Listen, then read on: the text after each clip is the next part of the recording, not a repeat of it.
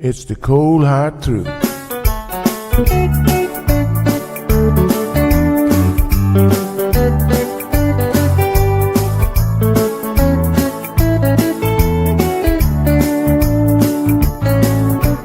Everyone really want to know what's going on with her show.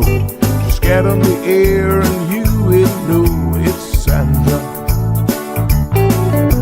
The queen of the mile road is here, helping people from everywhere. Get on the phone and you will hear Sandra. Now she will tell you how it goes, but don't you ever step on her toes, 'cause you will hear the cold hard truth from Sandra.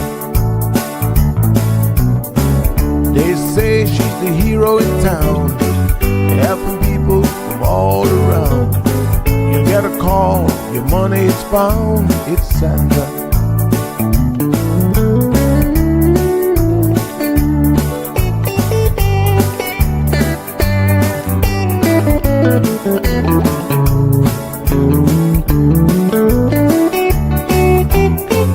Some will call her late at night just to say that there is a fight, and she will not just leave it alone.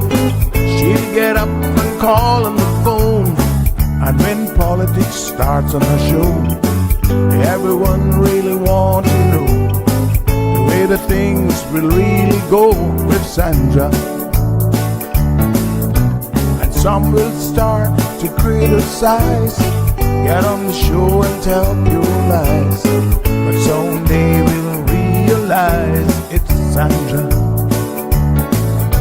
And when they start to argue again, she'll pull the heads to the wind, and soon you will be a friend of Sandra. 'Cause every day everyone wants to hear from Sandra. 'Cause every day everyone wants to hear from Sandra. 'Cause every day everyone got to hear from Sandra. 'Cause every day everyone got to hear from Sandra.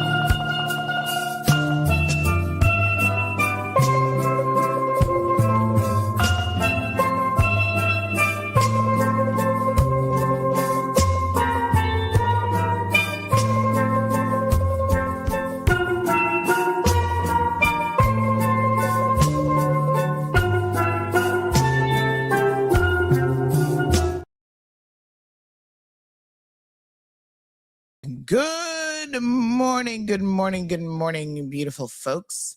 How is everybody doing? Happy Thursday, Friday, part uno.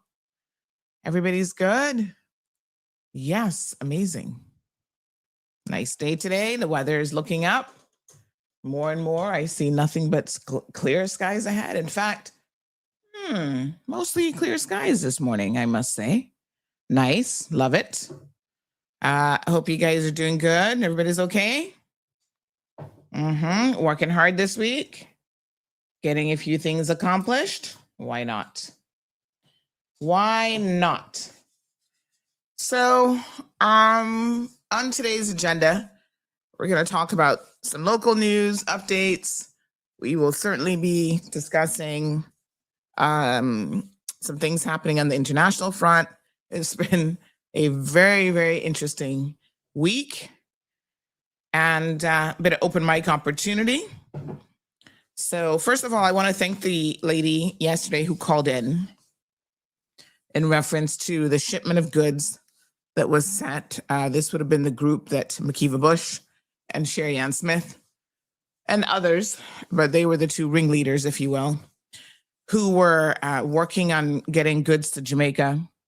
I honestly did my best to warn the community at large to not do it, not send your goods. First of all, you know, there's a lot going on at the port logistically because of this storm. We explained all of that.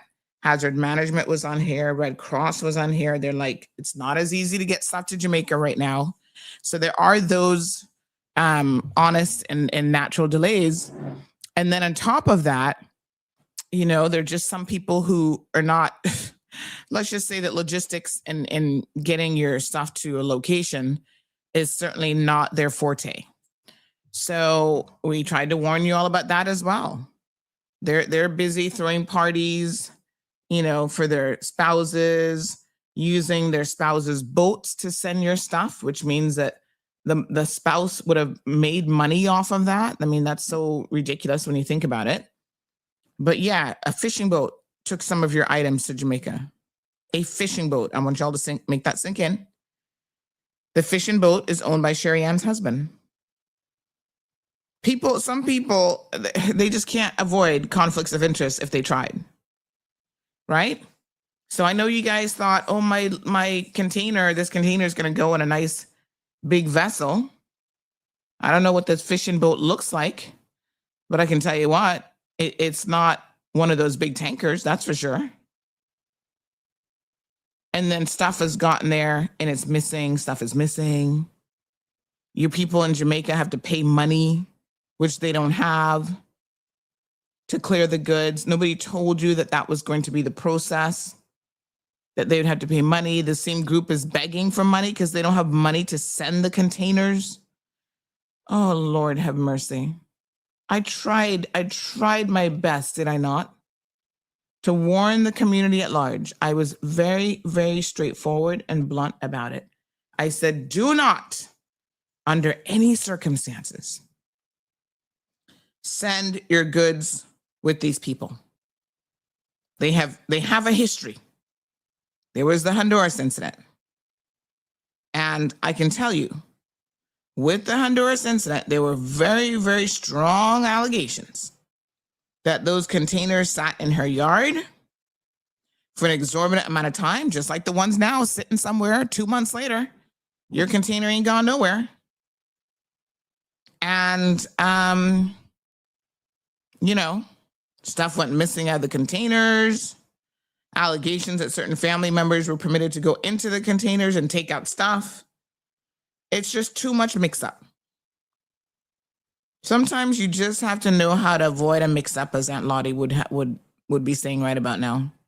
She'd be sitting here shaking her head like, what is wrong with you people? Not everything that glitters is gold. It is so fake that when it touches your skin, you're going to break out right away. The community has got to start to learn. I mean, there's only so much that this platform can do to save you basically from yourselves, because if you're not making better decisions, what on earth? I had someone reaching out to me, I think it was yesterday, day before, about this Keith, what's his name again? Keith Barnes? Is that his name? I've not even responded yet. But when I glanced at it was yesterday, when I glanced at the message, I was like, you have got to be kidding. Who in their right mind, right, would have anything to do with this man? after we have reported about him time and time again. I mean, I'm so sick and tired of telling you guys about Keith Barnes. We posted his picture. We posted how he owes this one money and he owes that one money. And you guys are talking about the police need to lock him up. Well, I hate to tell you this, but there's only so much locking up the police can do with these scammers. I mean, they arrest him, but then he has to have his day in court. This is not the type of offense that he's not going to get bail for. And I guess while he's out on bail, he's still scamming more people. So I need you guys to commit to memory who these individuals are, right? Like I said, we're going to put up some of the, there's some of the really big scammers, like the Garfield Robs of the world and stuff like that. Before you do any business with them, just Google their name. Now, I know Garfield, he thinks he's smart because he was putting the business in his wife's name and having you guys transfer money to her. So there are some scammers, yes, that think they're smartish. And they will do that.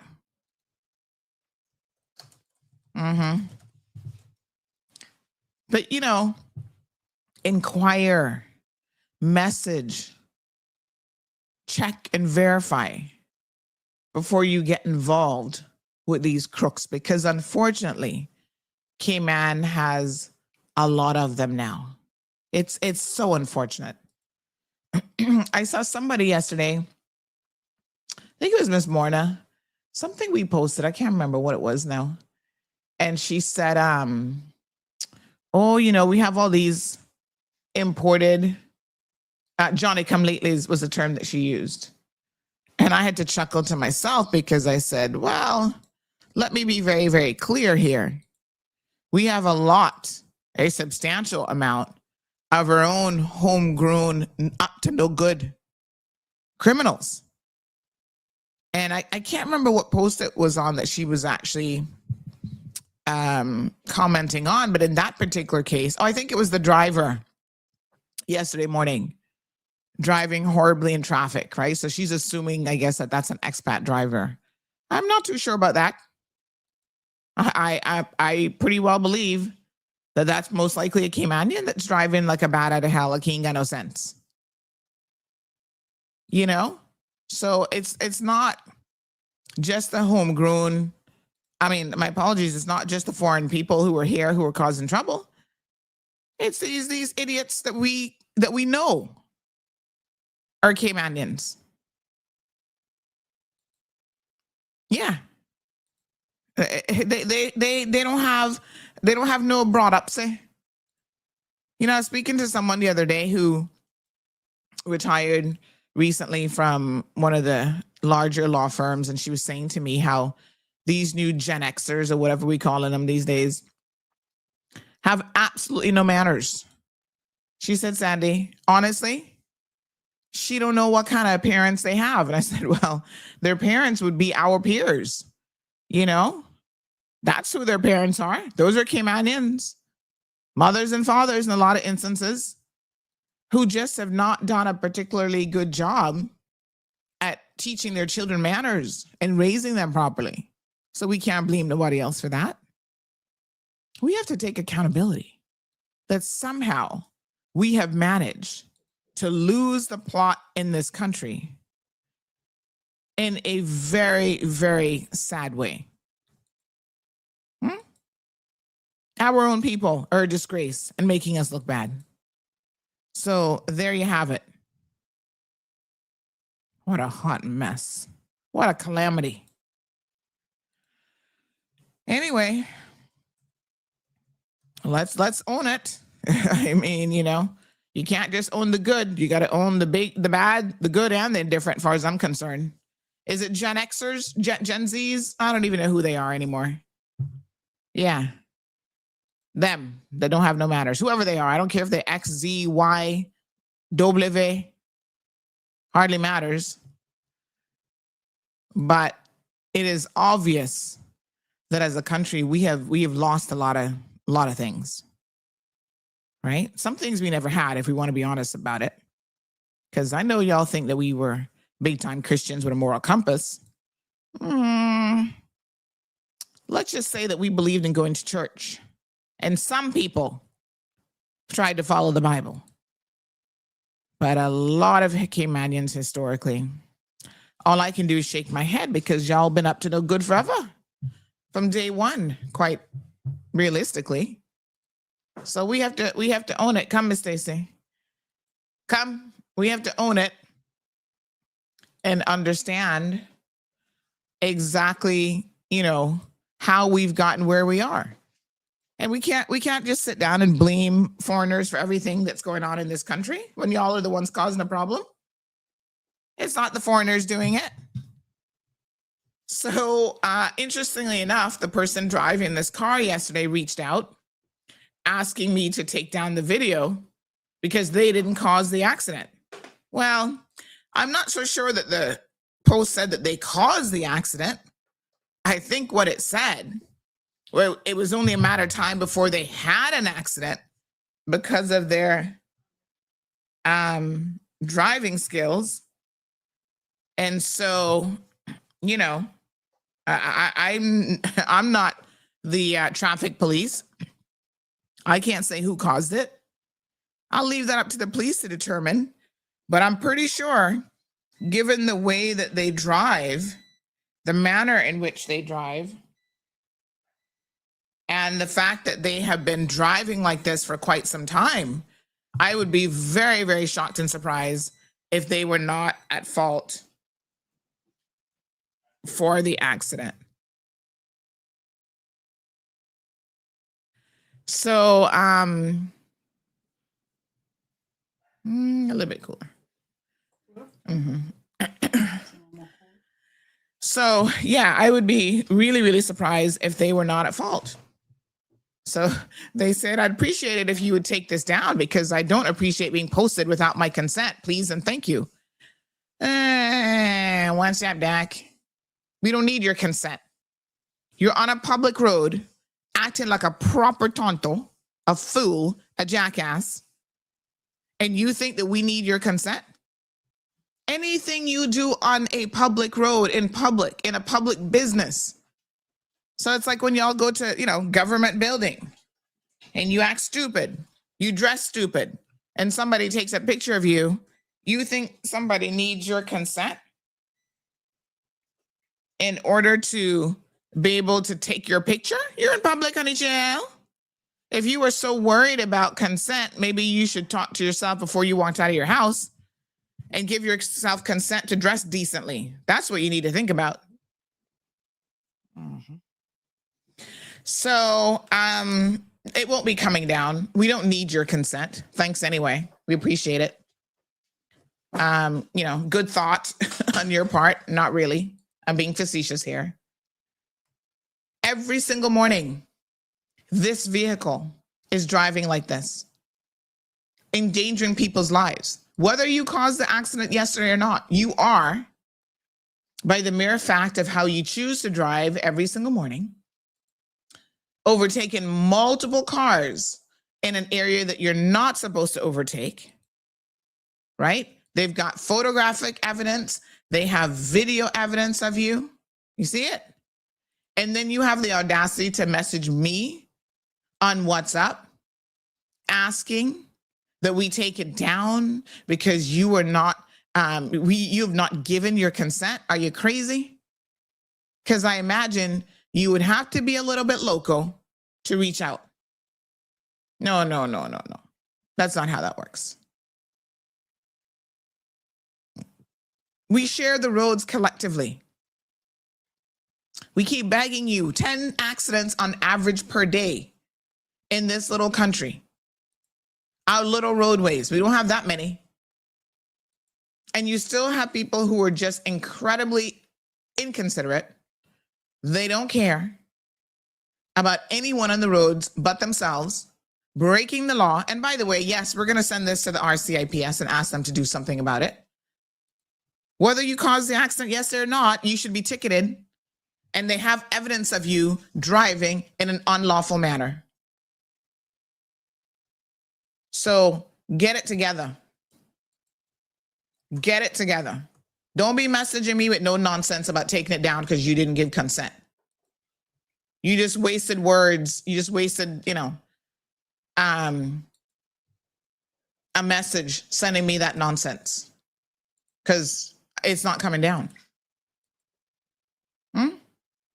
Try to do better. You guys just, it just boggles my mind. It really, really makes me wonder. I'm not going to lie. There are times that I'm sitting here scratching what little hair I have left, scratching my head. I'm like, really? Oh my God. No, sir. Absolutely ridiculous. So the short answer is no. It's not coming down. Don't even bother asking. You're wasting your time. And I don't got no time for such stupid messages. I didn't even respond. I read it. I was like, keep scrolling, girl. Because they sent it to me yesterday morning, I think after the show. And I was just like, no. You're going to waste my time making me respond to you. Anyway, good luck to you. And we hope now that we don't see you doing this again anytime soon. So, because we'll be looking for you again, and we'll post you up again.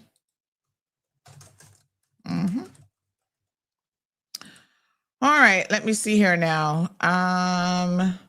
Someone says it's a Honda Accord license plate number 160805.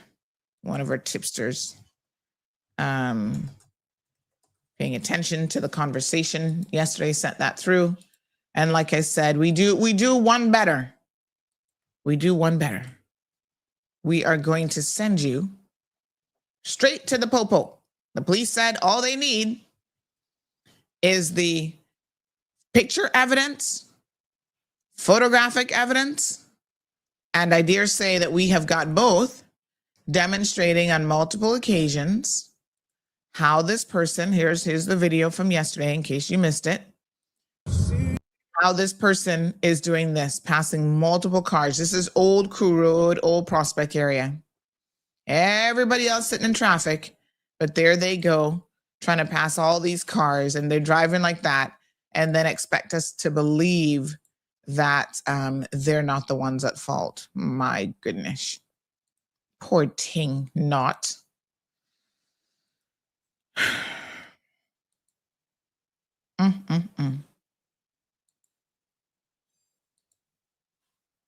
Yes, sir. Somebody said we should post their picture.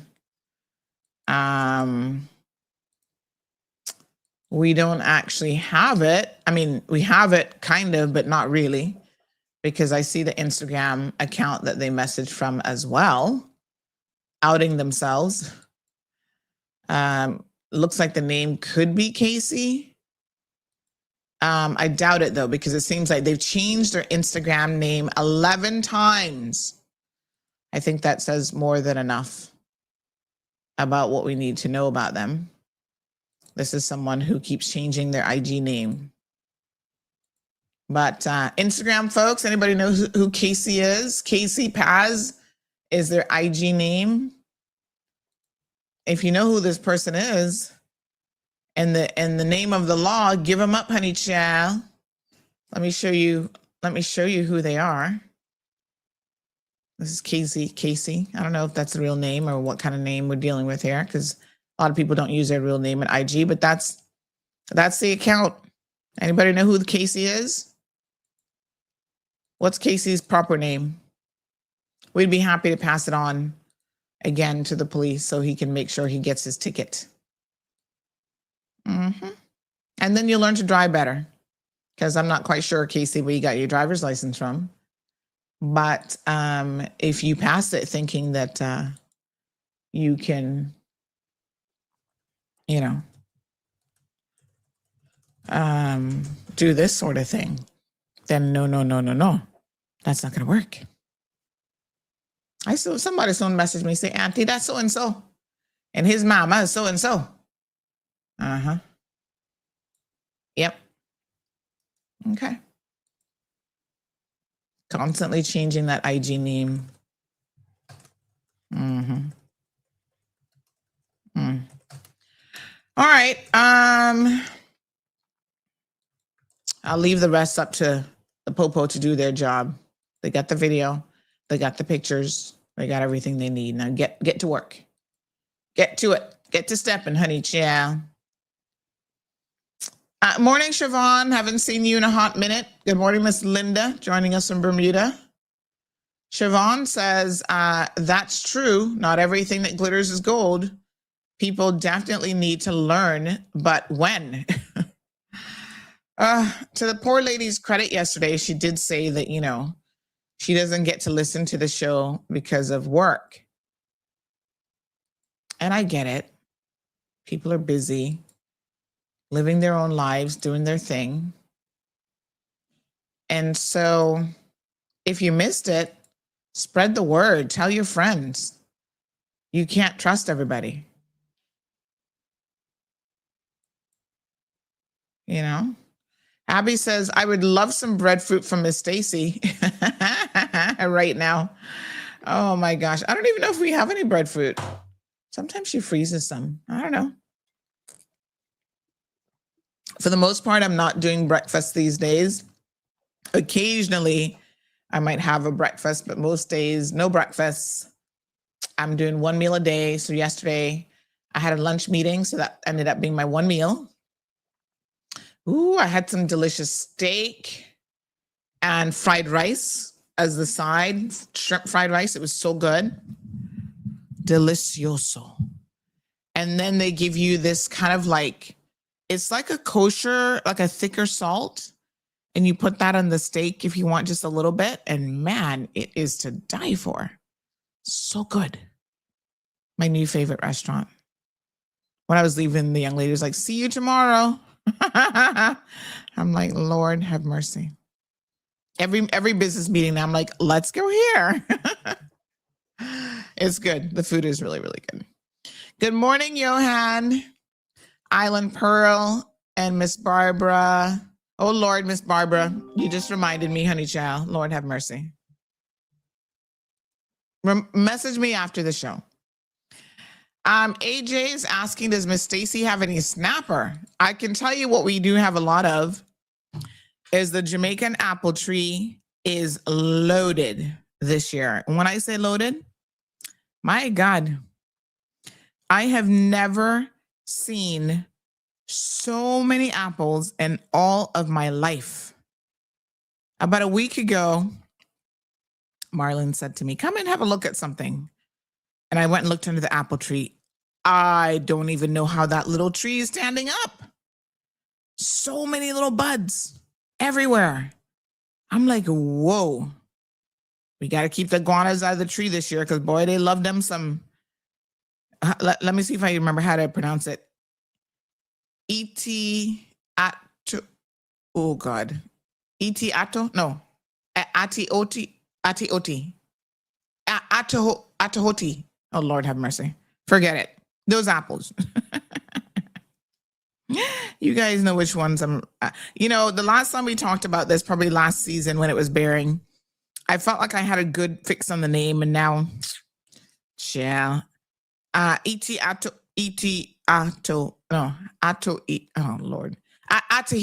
Atahiti. I think that's it. Atahiti apples. So Miss Stacy loves to make her some apple juice. Marlon likes it too. I try to drink it in moderation because obviously sweet and some sugar is probably being added to that. So I have it in moderation. I'm trying to see, I took a little video of the apple tree, trying to see if I can put my fingers on it, but it is, loaded. Lots of apples. So we gave some Tahiti. Yeah. There we go. Thank you. Oh, Tahiti. Lord have mercy. Yeah. So I haven't seen any iguanas, although they can be kind of sneaky, You got to keep calling them government, please and thank you. They love to climb up the tree and help themselves. I'm trying to see if I can find this video, but oh yes, I think this is it. Okay. Oh yeah. This is it. Oh Tahiti.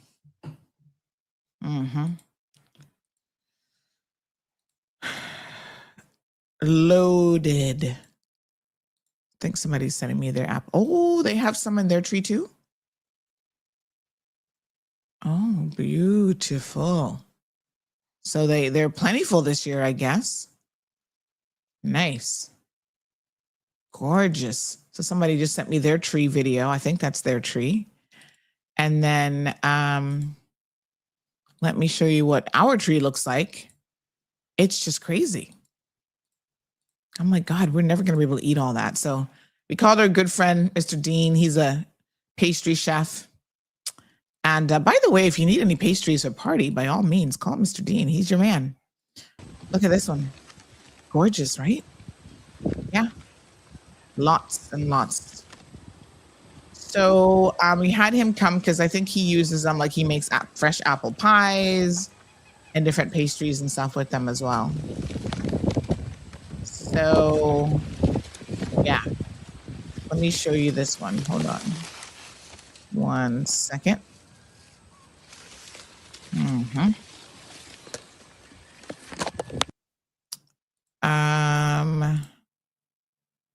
Give me 1 second here. Oh, this video is taking so long to download. Let me see what's going on. I'm going to try it from this other screen over here. Sometimes moves a little bit quicker. All right. Yes, this is, let me show you. A lot of the buds were still green, but they ripen very quickly, I must say. I'm surprised. So have a look at Marlin's apple. I should call it Marlin's tree.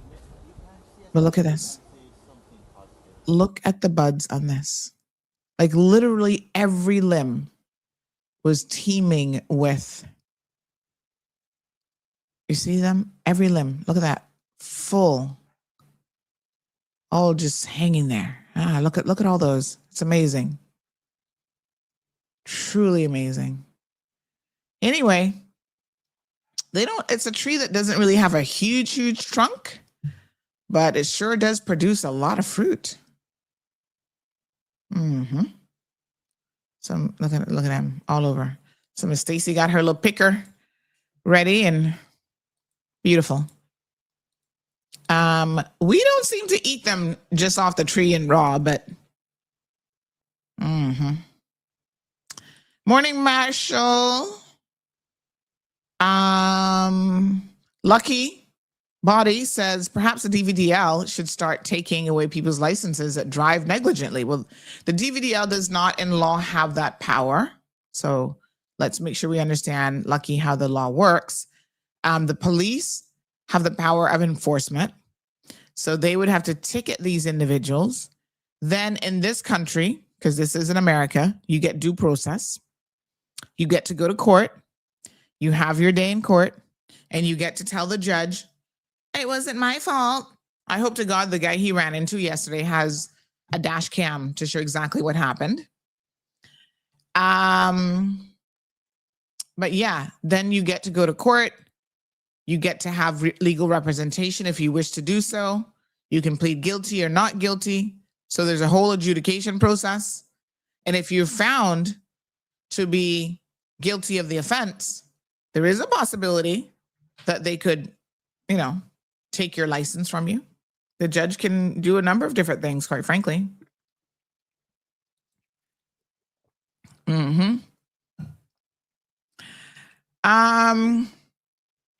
Gabby says not only in the morning, he or she drive like that at night as well, sometimes with no lights on, Sandy.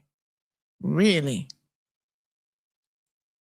Some of y'all just have a death wish. I'm convinced of it. Like you just told the universe that I'm so stupid that I was put here on earth, given a wonderful, miraculous life in an amazing country, and I just don't want it. I'm going to be stupid. I'm going to do stupid things as much as possible every single day of my life so that my life can end early by running into a tree or, it's just like, how hard can it be in Cayman to drive with a little bit of sense? Ms. Holly says, these are the culprits putting your children's lives in danger and insurance rates up. Exactly. Because we pay for that, huh? Not to mention causing terrible traffic jams when they crash. Now they want to have their privacy? They obviously have no shame driving like this on a tiny island surrounded by their peers. They're certainly not asking for privacy when they're breaking the rules, right, Holly? Gabby says you have their number. Just call the number. Maybe that's an after hours call. A FAFO segment. Because, Okay. He looks mighty young, even from back on. This is Island Pearl. Morning, Miss Iva.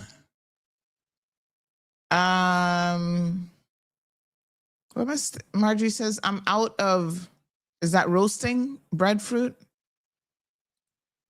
Good morning, Strong Wilt says breakfast is the most important meal. Well, I think a lot of things that we have been traditionally taught, and I get the sense of eating less, but we were also taught that eating 3 square meals a day is the way to go, and snacks in between. And it turns out that that's actually not a really good idea at all. Have you guys seen the food pyramid has actually shifted? The things that, we were told in the past to eat, that's no longer,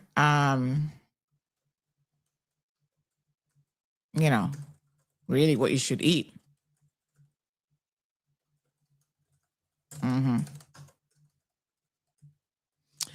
Okay, let me see. Okay.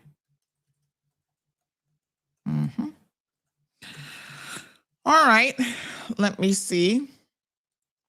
So yes, the idea is to tell people to eat your biggest meal of the day in the morning so that you have time to, walk it off, which so many of us are not doing enough of that these days.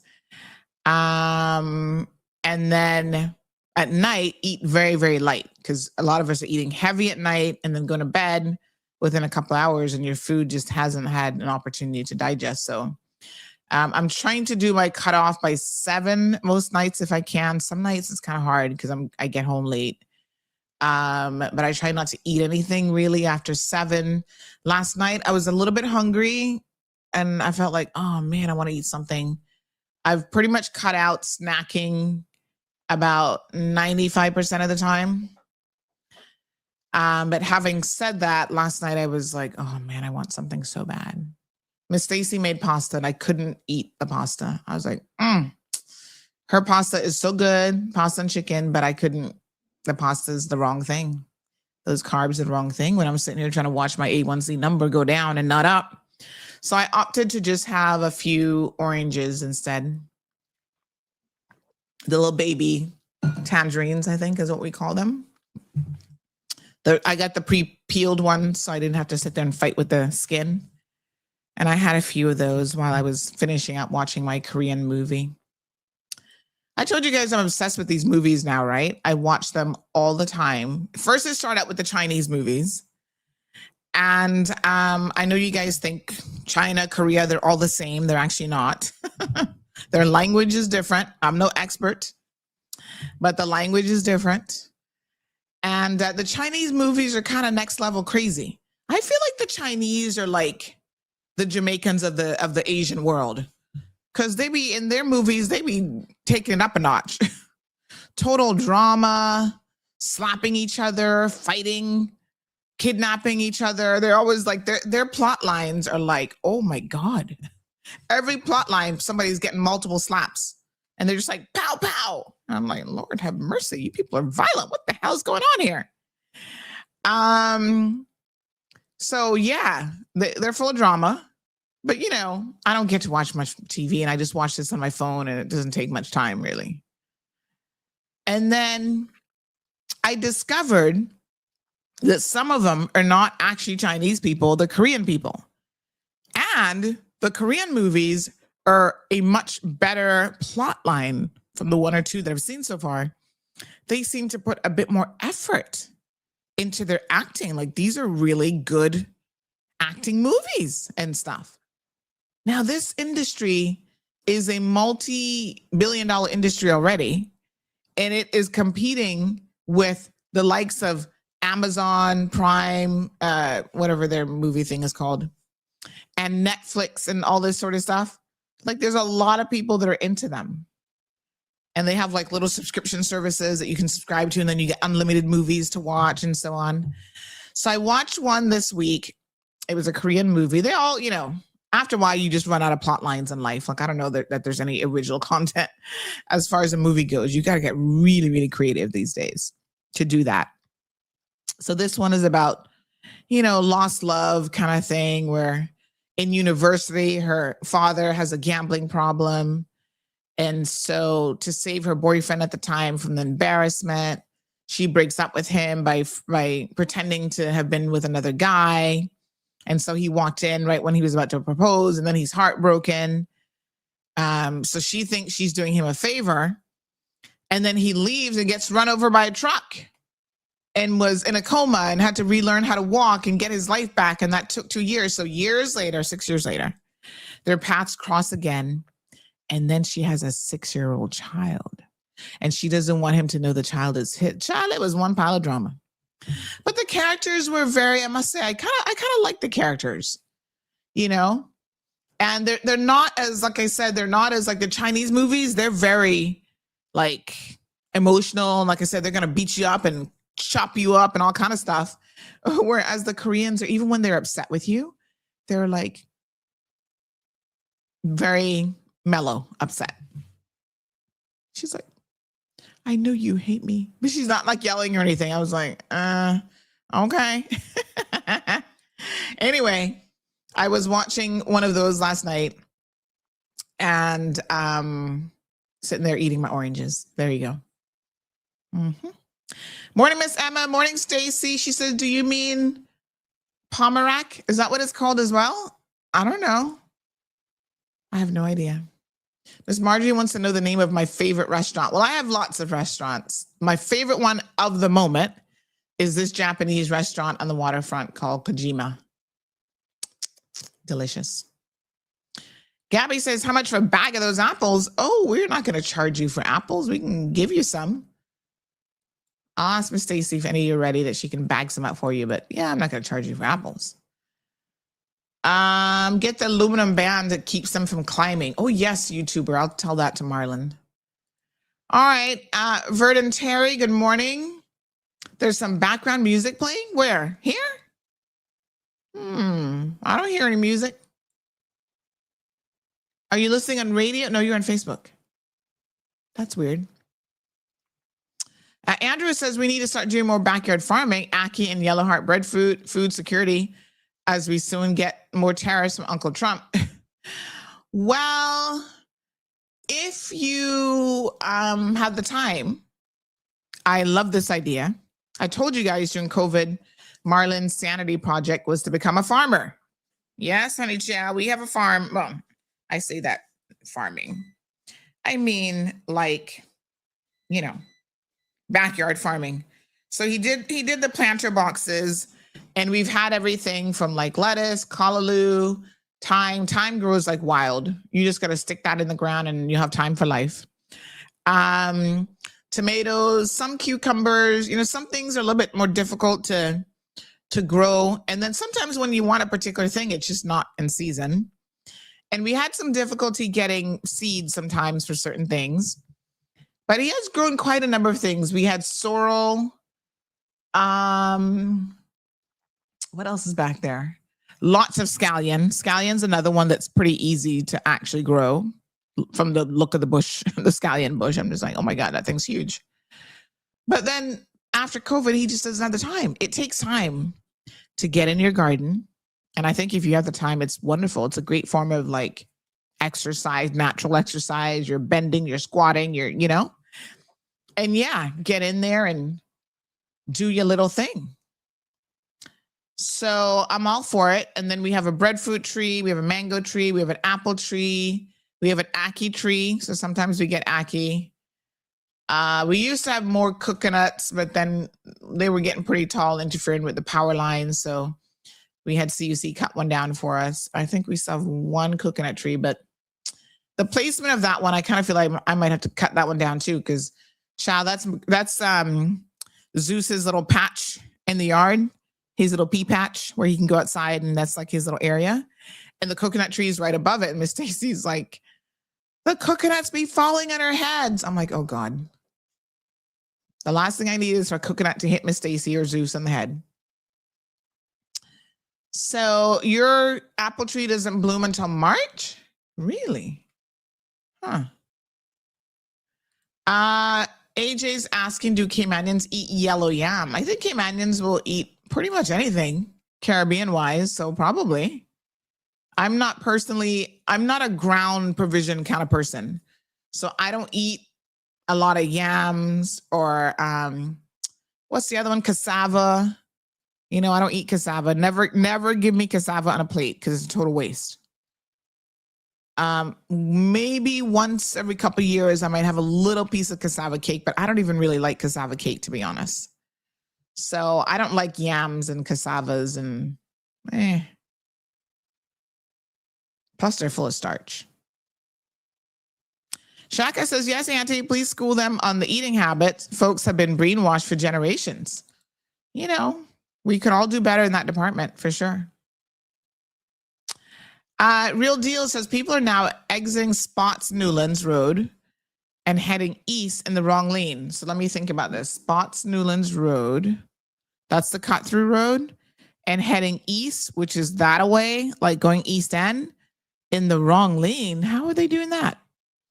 Then they cross over 100 feet up the road just to avoid having to go to the roundabout and head back east to Newlands. Say what? I'm trying to visualize that. So this is morning traffic or evening traffic? Exiting Spots Newlands Road. Okay, on exiting it where? Because Spots Newlands Road runs through to the bypass and then on Shamrock. So they're exiting it on Shamrock, going down the wrong way, and then cross over 100 feet up the road, just to avoid having to. I'm kind of confused about that, to be honest. I might need a visual. Lucky Body says a trick if you get hungry late at night is just eat a few grapes and call it a night. It works for me. Well, I'm going to be honest with you, but grapes is not grapes. I have pretty much cut out grapes out of my diet because they are nothing but little sugar droplets. I know. But when your main concern is the amount of starch and sugar that you're taking in, you probably shouldn't eat grapes. They are mostly made up of glucose and fructose, 15 to 24 grams of sugar per cup. So, I don't know. You might want to be a little bit careful with those, especially that late at night. So I'm trying to eat more citrusy things at night, like if I feel kind of peckish. You know what's good for you? Chocolate, but it has to be dark chocolate. Yeah. All right. Love a good K-drama. Is that what they're called? Korean drama? Yes. And like I said, I think I've only watched really two. Most of the ones I was watching was Chinese, but I do notice the language difference. There definitely is a difference in their language. And their actors are, by and large, I actually find them more attractive and better looking. But I know a lot of them actually have had cosmetic procedures, so I'm not sure if that's their natural look. because some of them really try to get rid of their Asian features, which is so unfortunate. It really is unfortunate. Oh my gosh, there's nothing like a good looking, naturally good looking Asian man. Oh my God, they're so, if I wasn't married and I was younger, some of them are just gorgeous. I love their features. But I think I'm really in love with the Korean look more than the Chinese look. But a lot of them are cosmetically, there's like big thing with cosmetic surgery in Korea. They're all redoing their eyes because they don't want the slanted eyes. Obviously, they're redoing their noses. A lot of them bleach as well. They whitewash their faces. I'm like, why? You guys are not really that dark. It's crazy. Andrew says we need to have a good CMR soap opera based in the Cayman Islands, directed by Auntie Sandy. Shall we be having a soap opera every day right here? Strong Will says Casanova is my favorite restaurant. Well, Casanova's, we went there actually early this week. It's so funny. Me, Mary, and Kevin decided to go there. And, I love Casanova's, but I'm trying to not do the whole pastas. And obviously Italian food is like 99% pasta dishes. But I do love, they're just a classic. Do you guys remember? I was saying this to Kevin. He doesn't remember this. Mary and I, when we worked at Maples back in the day, this is like almost 30 years ago, we used to go to Casanova's all the time. I mean, probably 2 to 3 times a week. It was crazy how much we loved Casanova's. And then they were right there where the port is before they built the, what's it called? The Watler Port. That was where there was like a building that kind of ran long ways. And that's where Casanova's was. A lot of people don't seem to remember that. So yeah, we would go there all the time. So when we went this week, I know the menu has not changed ever. So of course I know the menu by heart. And I order stuff for lunch that's not even on the lunch menu. And they're like, no problem, girl, we got you. But instead of doing pasta, I did some salmon. They had like a salmon dish. I think the salmon dish was actually in the lunch special. And then like little tiny little potatoes. And then I had a nice, what did we do for starter? We did salad. Yes, we did the avocado salad. And then I ordered some trifalata, which is like mushroom and shrimp. Really nice dish as well. So yeah. Andrew says your husband is a true yardie. So he knows farming. We had a farm in Jamaica, orange, orchid, cattle, everything. Well, I must tell you. Can I tell you this story? This is so funny about Marlon. He is actually true country boy. Yes, they actually own a farm. They have acres and acres of farmland in Jamaica. And so when I first met him, he was showing me all of like the farm animals because they have goats and not like cows, but they have like goats and they have a honey farm. But since his father passed away, I don't think, because he was kind of the primary one kind of tending to the bees and stuff like that. So I don't know how much of that still happens. But yes, every time when I met my father-in-law, he was like gifting me honey and all sorts of things. I was just like, oh my gosh. We used to have so much honey straight from the farm, fresh honey. So yes, they have all kind of animals. They've always had like a lot of dogs, big dogs, like German Shepherds and birds. So his brother is a bird breeder. He has way too many birds.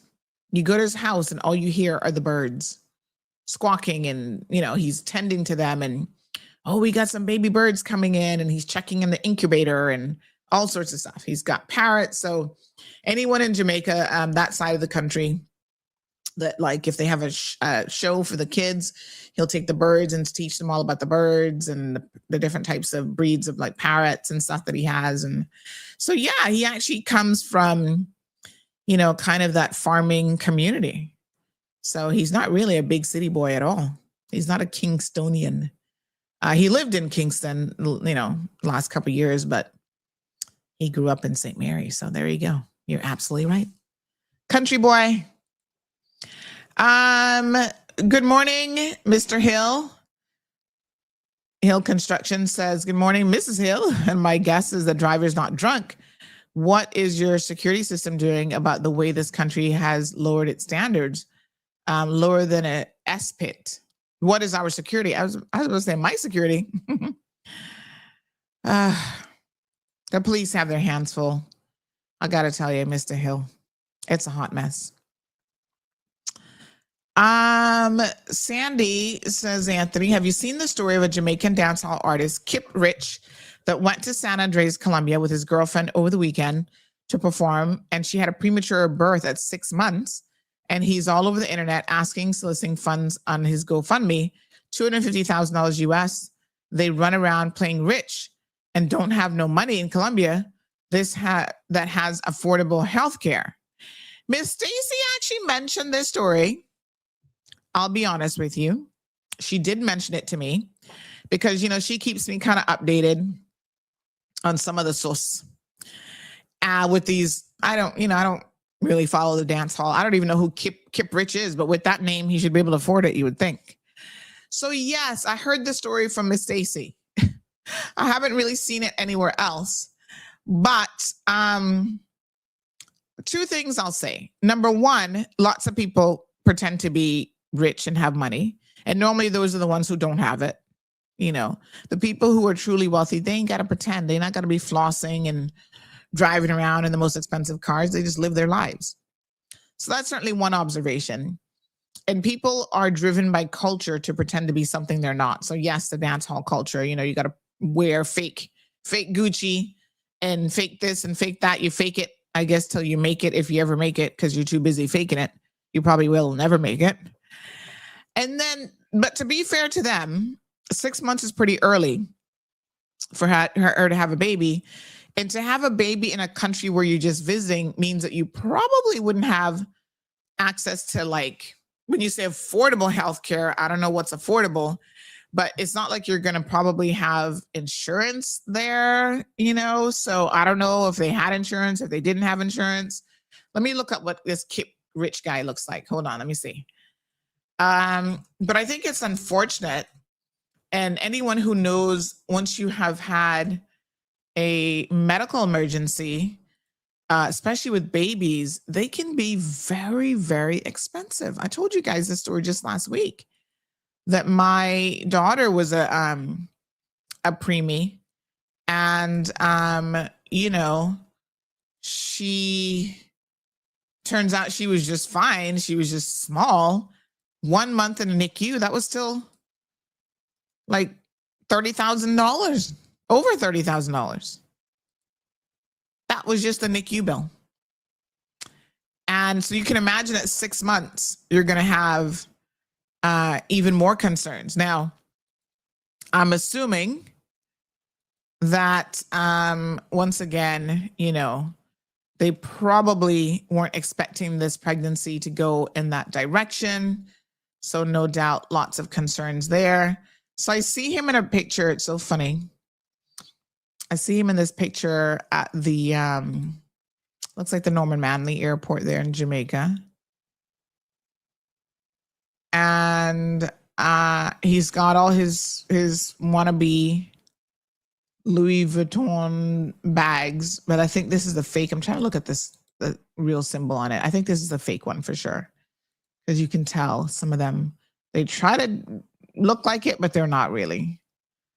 So yeah, big chain on the big necklace on the thing, probably cost them a couple $100 if it's real. But some of these guys waste a lot of money on this stuff.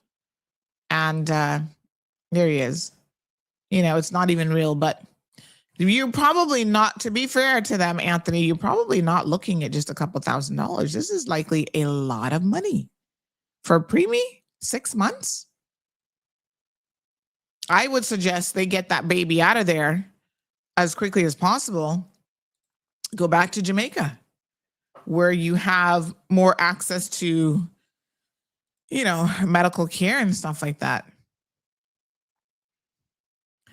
So yeah.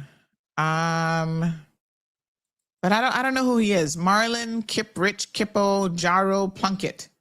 What a name. No clue who he is. But yeah, that's sad. I mean, I do hope that him and his wife can, get some urgent help for the baby. I mean, I don't know how much he's raised on GoFundMe. They call her baby Miracle. Is that her name? Did they name her Miracle? Yeah, I'm seeing it now trending, but hopefully the baby will be okay, you know. But don't be fooled by the facade. Here's another picture of him on his own page, Kiprich, where he is here. He's in the U.S. He's a U.S. citizen, or he's just in the U.S. So here he is standing in front of a Rolls Royce with a cigar and a drink in his little outfit. You know, these things are staged. They rent the car for an hour or two to do a photo shoot. Sorry. Now with AI, they probably don't even have to do that if they were smart. So, you know, this is the lifestyle, honey child. They're trying to get y'all to believe that they're flossing.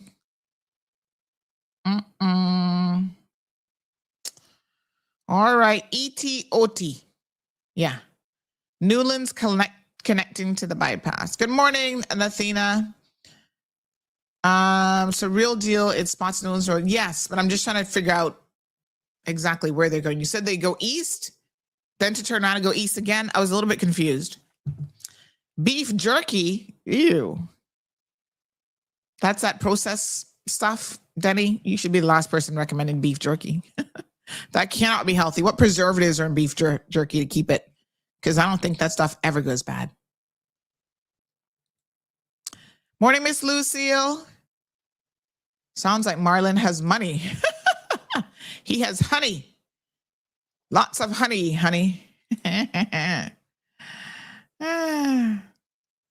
He's impressing me with the goats. Let's see. Sandy, do you see on Facebook with this girl having twin and she didn't make it? Huh? Did you see on Facebook with this girl having a twin and she didn't make it? Which girl? I don't know. Who's that? Oh. No, he's in the US. Mr. Dean, please come for apples, Miss Stacy says. There's some on the tree that are ready to go. Bag up some from Miss they get ripe so fast. Oh my gosh. Just last week they were like all green. Whoa. Miss Stacy took a video. Hold on, I'm going to show you guys this video. There are a lot of apples on this tree. Mr. Dean, we need a apple pie, please, and thank you. All right. So let's talk about some of the things that have been making news recently. There is a case that I do want to touch on, but I'm waiting until he's sentenced because there's quite a bit that I have to say about this guy. He's now feigning mental health issues. He's a pedophile. There's no other way to describe this young man.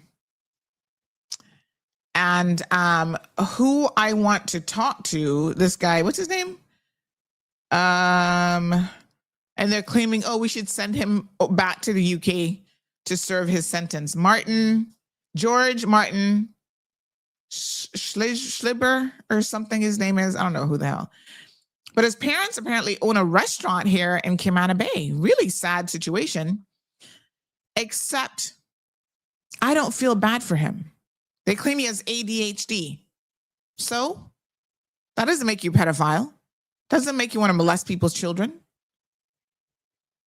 Let me tell you all a little something about this kid. This is my humblest of opinions because I got to give it to you straight. I don't know his parents. I want to be very, very clear. And I'm always hesitant to blame parents when someone becomes an adult, because I think your adult children are ultimately accountable for their own behavior. This is him. Not a bad looking guy, but he is a sick MO. Fill in the blanks. I sat and listened to one of his trials where he raped in that one a 13-year-old child and for an 11-year-old, I think she was at the time. And for some time, we couldn't tell you his name because the court had a gag order in place. So we were reporting about this guy, and you guys didn't know it was the same guy with multiple offenses.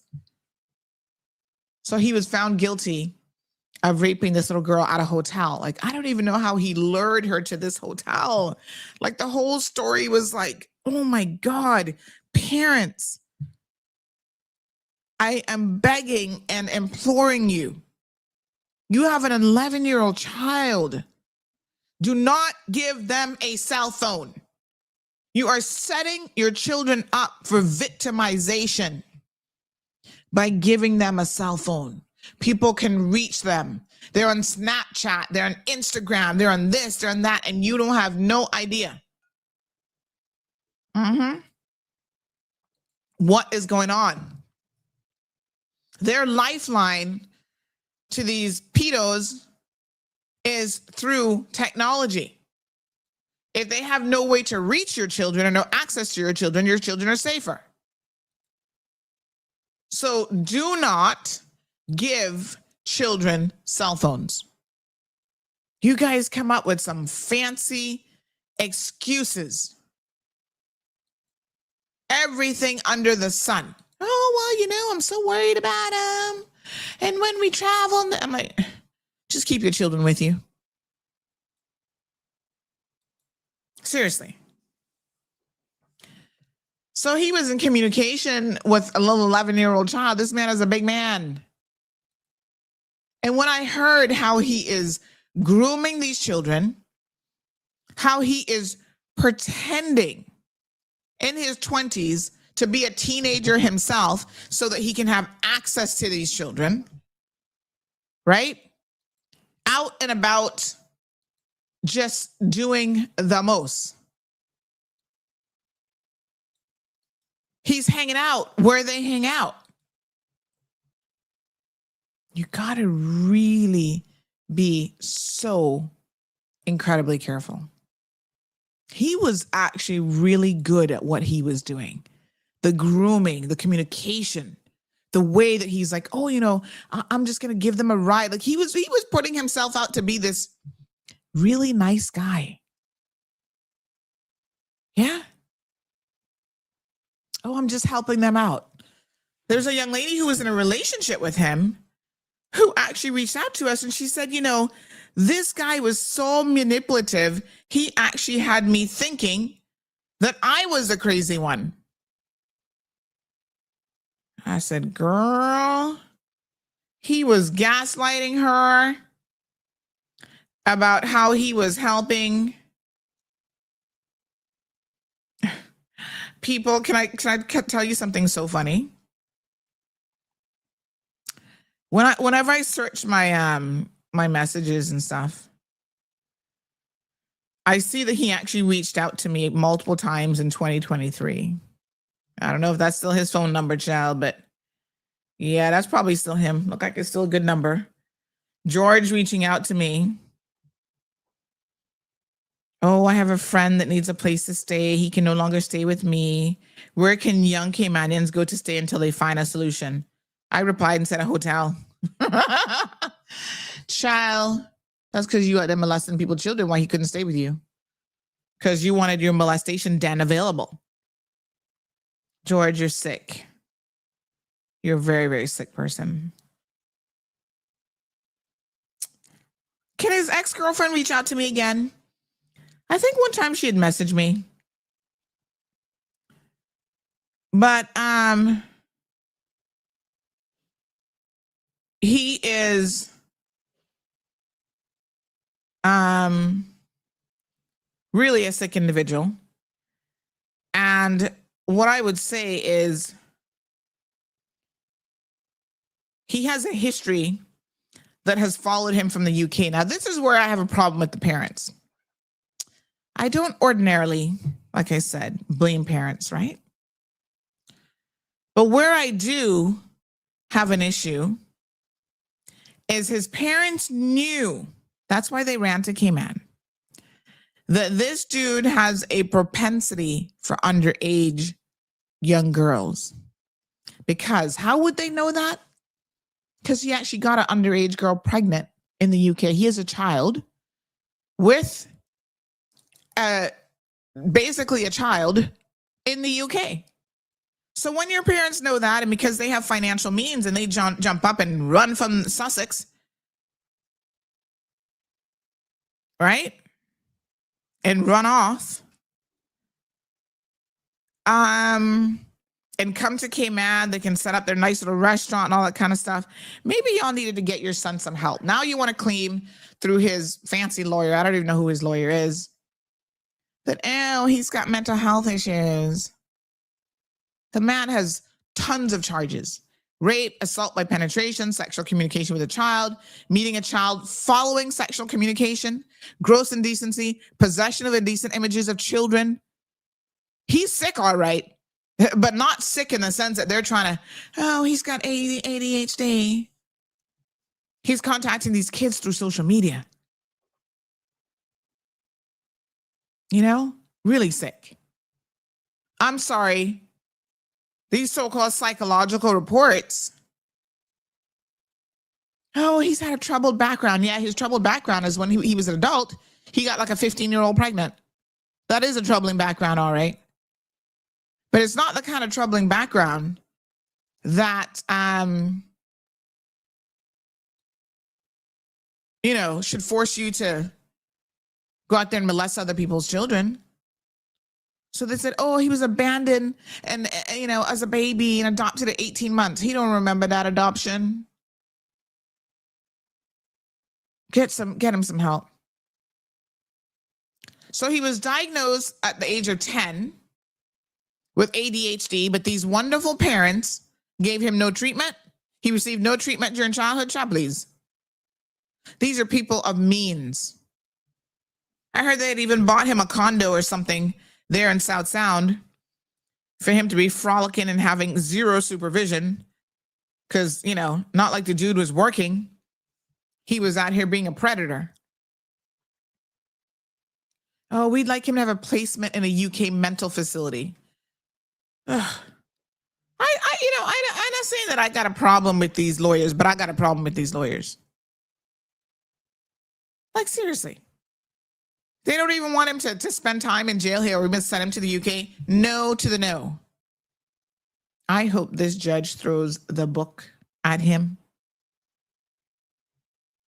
I hope to God he gets the maximum sentence for the multiple victims that he has ruined. One of the victims, when I sat there listening to her testimony, poor little thing, she didn't even understand what was going on and what he was doing to her. 11-year-old child. And then he was sitting there lying through his teeth. I guess he was lying because he has mental issues too, right? ADHD makes you lie, apparently. Lying through his teeth about, no, I didn't have sexual intercourse with her. I didn't rape her. And they were like, sir, the DNA evidence is there. Can you explain how your semen got if you didn't rape her? And he's sitting there looking like he's so stupid. Then he turned around looking at me as I'm sitting there taking my notes. I was like, boy, don't look at me. Because you're the kind of person that as I'm sitting here writing, I want to poke your eyes out with my pen. Do not look at me. All you pedos and child molesters, please, if you see me anywhere, walk the other way, look the other way. Same thing every time I see that guy, but you can tell he's uncomfortable when he sees me. What's the Caymanian one name with the afro? Oh Lord, the one who molested his own daughter. He has the afro and he loves to walk around the grocery store with no basket in his hand, just walk around looking at people. What's that last name? They have quite a few sick people in their family that love children. Begins with a W. Help me out, Caymanians. Y'all know which one I'm talking about.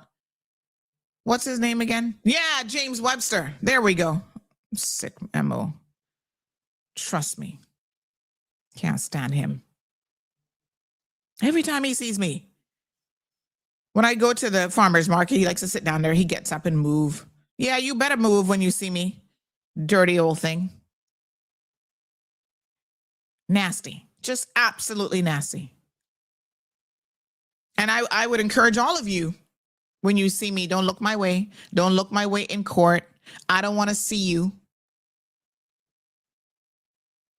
You're out here ruining people's lives. And he actually had a girlfriend. He was actually dating somebody. This is the part that has my mind like, what? No, sir. Oh my God. Absolutely disgusting. He has some serious issues. But not what they're trying to say. ADHD, that ain't it. Throw the book after him and make sure he gets the most. In fact, the maximum sentence of 15 years should be a 25-year sentence. Can we also talk to our MPs for a minute? Every single one of you that's now elected to public office, right? Yep, you guys are doing a lot. You're working. I get it. You got a full agenda. But when are you guys going to actually prioritize the safety of our children and put certain things in place? Now, I'm going to share something because this was a public post. I'm going to share this by Kiara McLaughlin. I hope she doesn't mind, but she did make the post public. So, you know, I guess she doesn't mind. She unfortunately was the victim of a sexual assault. And she says that every single time her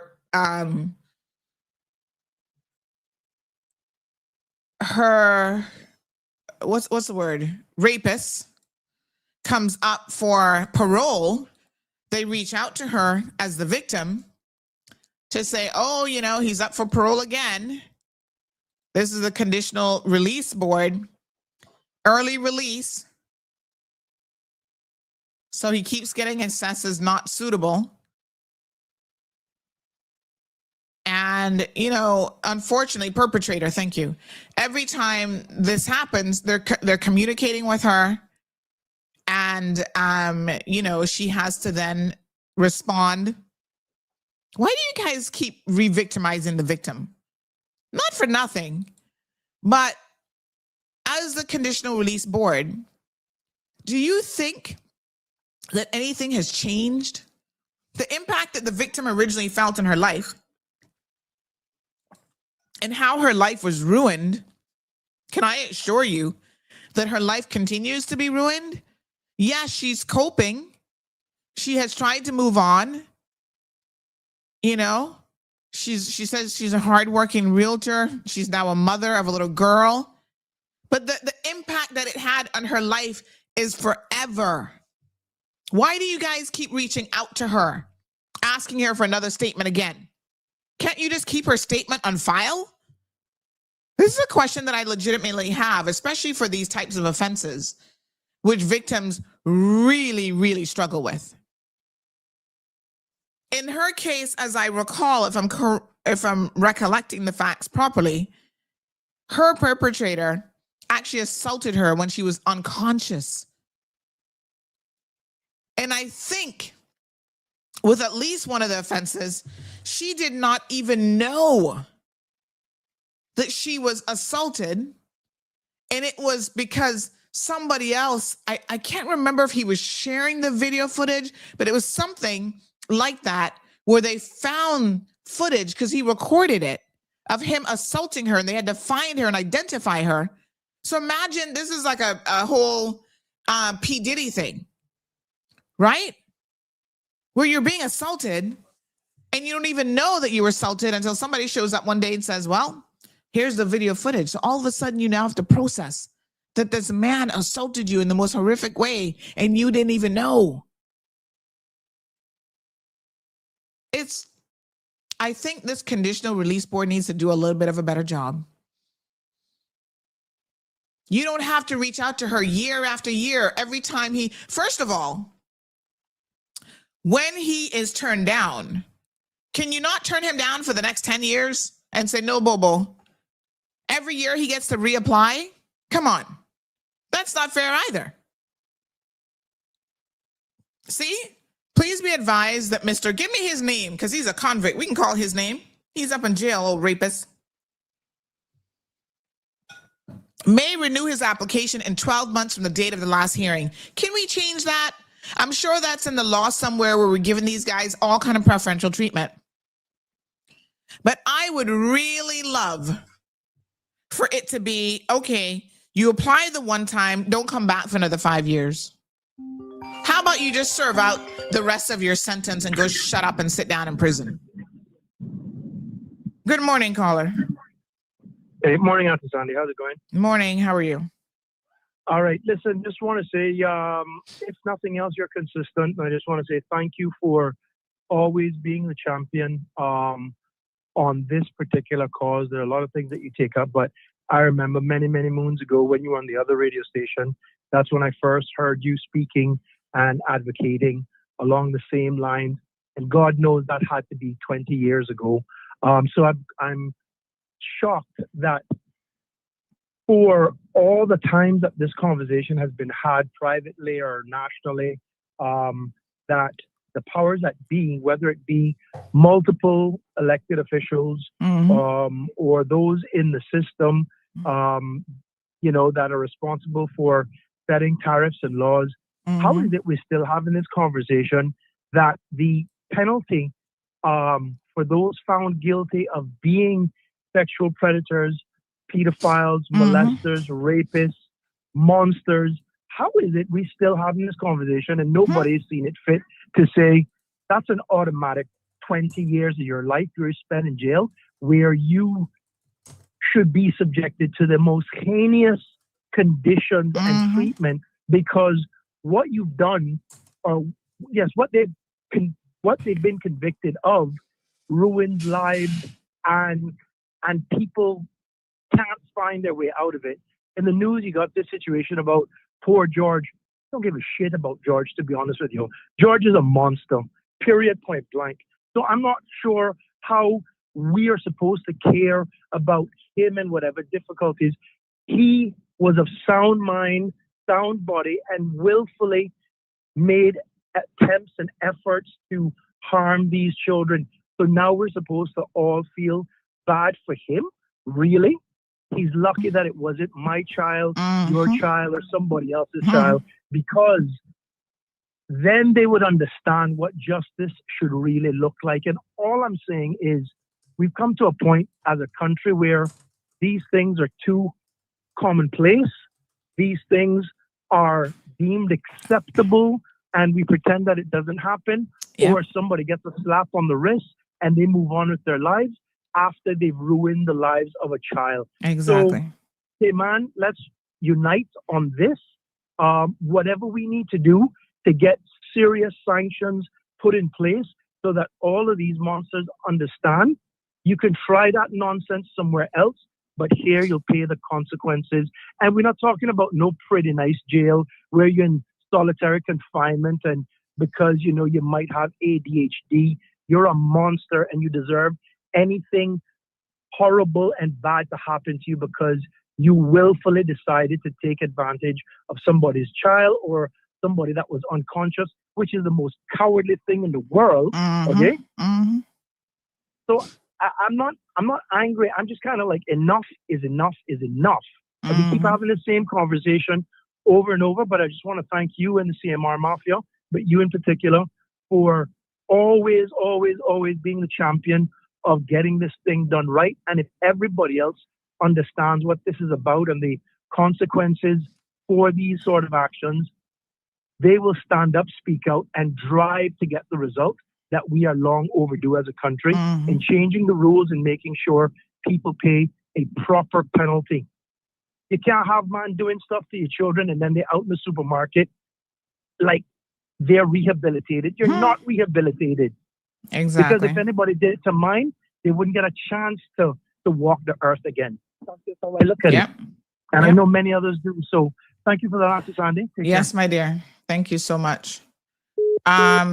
Yeah, I mean, it's crazy. I know defense lawyers are guided by what their clients tell them. But there are times that I listen to some of them speak pure nonsense and foolishness. And I'm just sitting there like, I get it. Everybody deserves a defense, I guess. But this is the one category of people that listen, it would be straight to jail.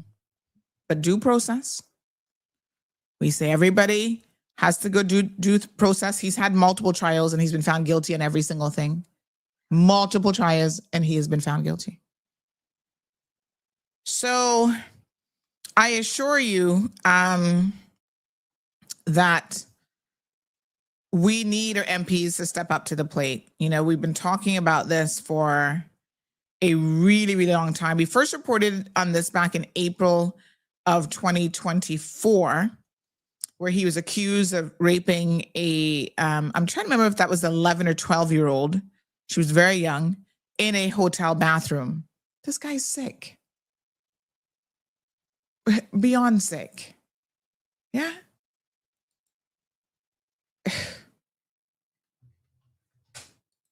But his being sick, when I use that word, understand what I'm saying to you, that does not mean that he gets to, you know, oh, we're going to send you to some posh mental facility in the UK.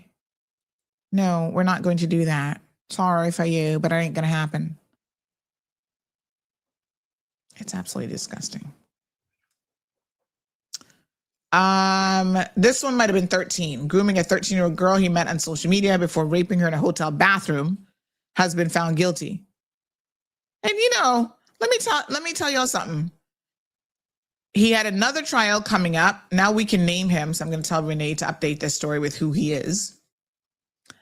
15 counts of indecent assault against 3 juvenile victims ages 11 to 14. You know, if I were a defense attorney, there are certain types of cases, straight up, that I would never be able to do. And I don't even have to tell y'all that this falls into the category. Yeah? Multiple victims.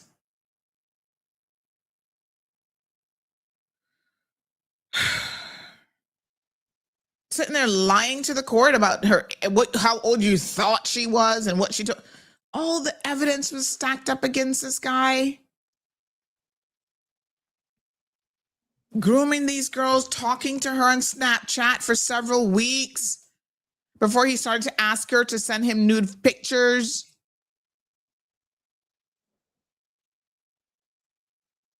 Right?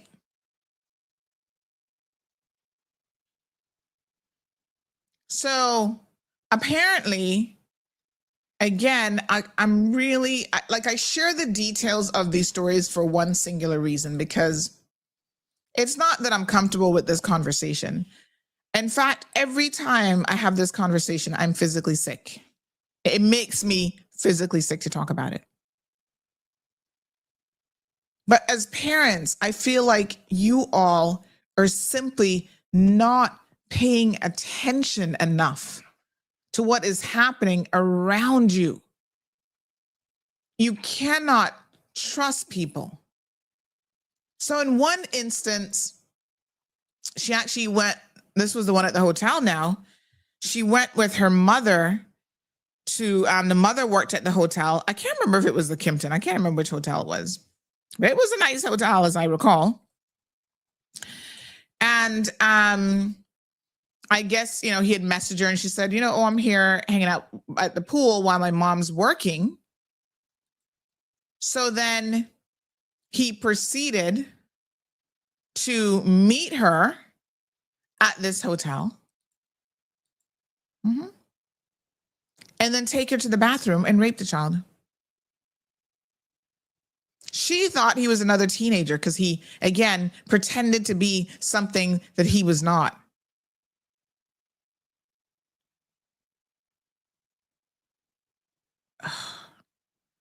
So, of course, when the mother went and found her in this state in the bathroom, the mom's like, what the hell? And the poor little girl, you know, when you're 11, 12 years old, sometimes you're going to 13 years old. You're not going to admit that, oh my gosh, mom, yes, this man has been messaging me. So at first she claimed that she didn't know him. And then the mother pressed her a bit more. And she said, yes, he has been messaging me for weeks.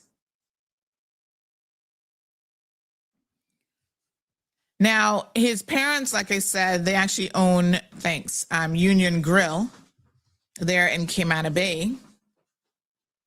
And they knew before moving to the Cayman Islands that their son had a problem. Mm-hmm. And I'm not talking about no ADHD, that he liked underage girls for whatever reason. Maybe he's emotionally stunted. He can only relate to 12-year-old and 11-year-old, but that is zero excuse. Get your help. Get your son some help. And you know what really upsets me is when people have the financial means, right? People have the financial means. They know these kids that they've adopted got issues. They have the financial means to actually get them help. You didn't do that. But now you can hire a lawyer to stand up and talk foolishness about, oh, he has mental health issues. Yeah, he can have more mental health issues right up there in Northwood. Because my suggestion is they put him in the best cell they can find, which would be the one right next to, so we actually had to go back. I see this story here. We had to go back April 2024 and remove his photo and stuff. I'm going to ask Renee now to update that and put his photo right back up, honey child. We can post him right back up. And this is the other thing. These judges really starting to get on my nerves about not naming them, because Wendy Ledger blames me. She said, oh, you're the one in the media who started naming them while they were in court. And now the court is refusing and not allowing us to name them.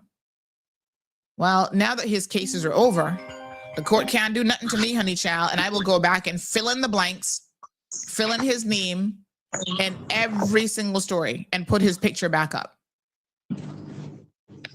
And for the record, why we can't name him and perpetrators like him, I'm beginning to have a real issue with, because, not for nothing, but the courts have to understand that he wasn't family to any of the victims. We're not describing any of the details that would allow any of the victims to be identified.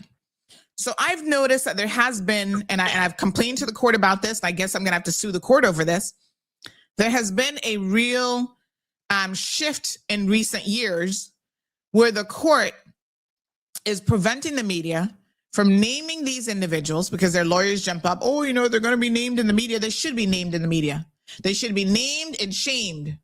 And we should know who they are. Oh, because we might identify the victims. How are we identifying the victims? You didn't know anything, we're not giving you any details in terms of anything identifying the victim. A 13-year-old, there are thousands of 13-year-olds in Cayman. Good morning, caller. Morning. Hi, Denny. How you Section 7 of the Constitution order requires the hearing to be public. Oh, it's public. No, I understand. But you see, the problem is that what the court is seeking to do is to change that to limit what can be made public. Pretty soon you're going to have secret trials if we continue down this road. I'll leave it there for right now, but I'm not very pleased with the court and how they're behaving regarding our rights. Take care. Yes, listen, sometimes they say, oh, if you name him, he's not going to be able to get a fair trial. There are legal arguments towards that. So the judges are leaning more and more in favor of those things that actually help the perpetrators. Meanwhile, the dude is out on bail. And,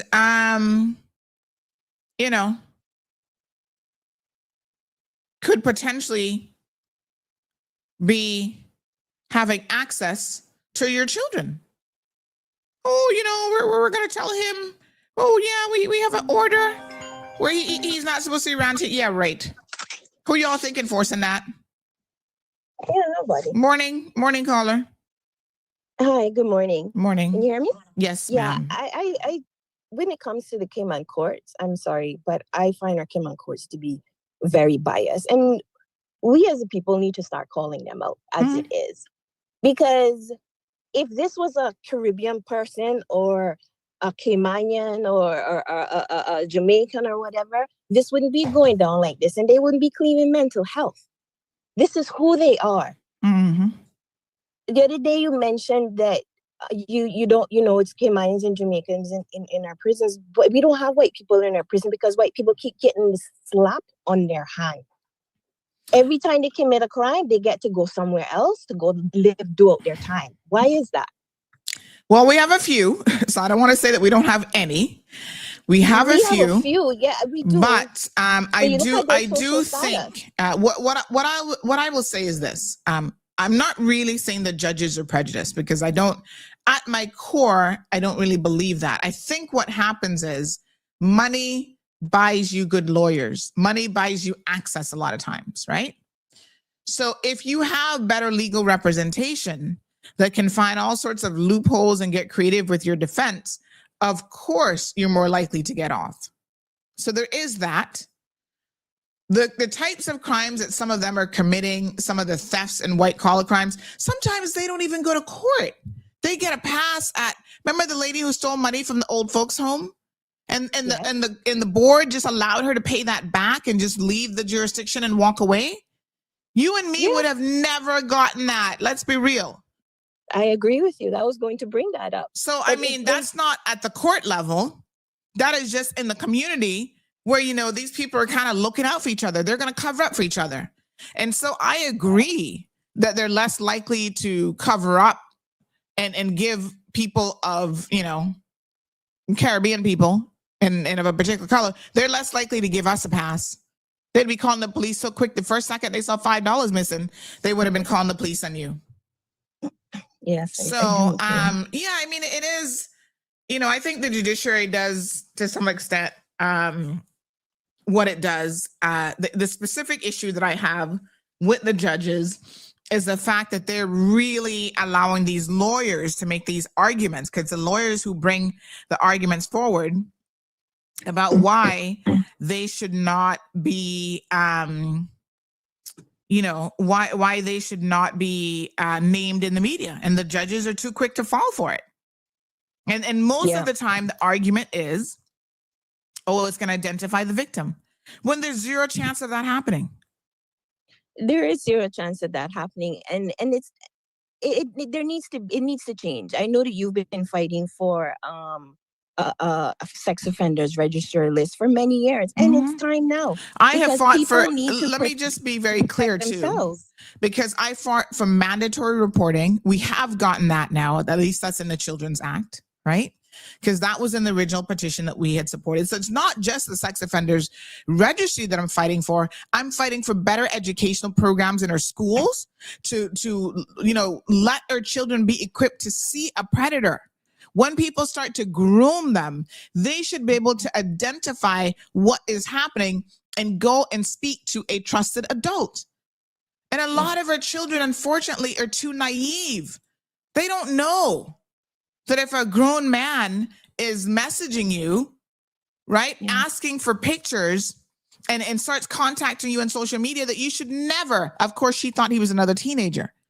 This is where I'm saying now parents have got to control their children's access to these devices and to social media. Don't allow your children to have social media accounts. Don't give them phones, 100%. because you don't know what's going on when they're on these devices late at night. You sleeping and your children are on the phone doing God knows what. Yeah. So it's gotta stop, and it's a multi level approach. Parents have to do every single thing in their power to protect their children. No sleepovers. I don't know how many times I keep telling parents, don't do it. Yes, Stop making your children fearful of you, because they don't even want to come and talk to you when something has happened to them. Yes, it's crazy. Thank you so much, caller. Thank you too. I appreciate it. I was saying that, these conversations make me so uncomfortable because my stomach actually feels like I'm going to be sick this morning. There's a page on Facebook called Tell Somebody.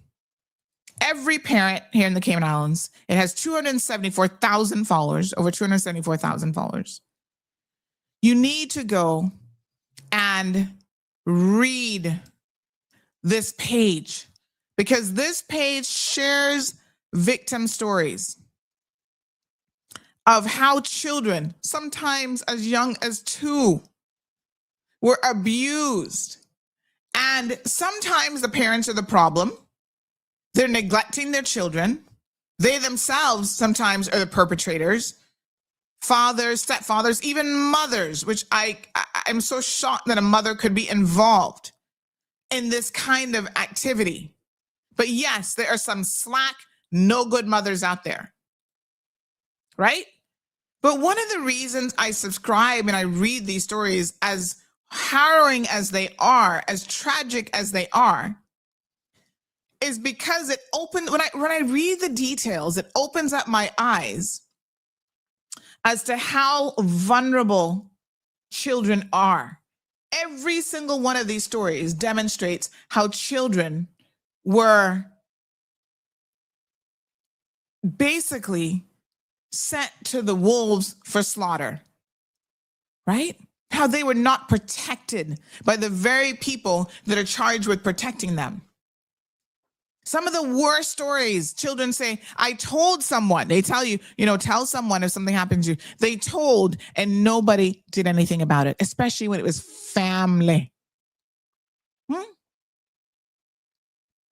Right? So here's one, a 2-year-old, when the abuse begun, done by a next door neighbor, someone who publicly called himself a Christian, someone adults trusted.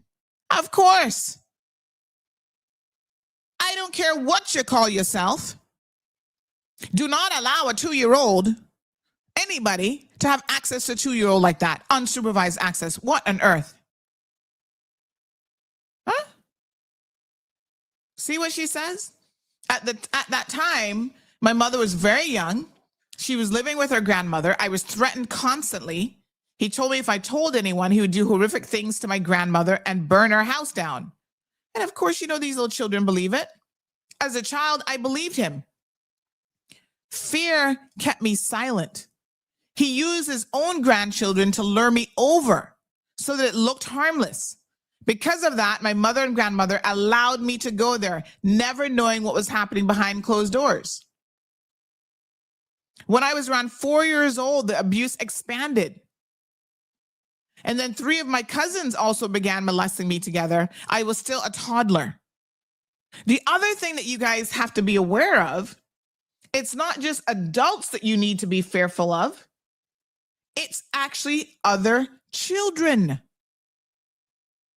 Because unfortunately, other children are growing up in horrific homes and horrific environments themselves.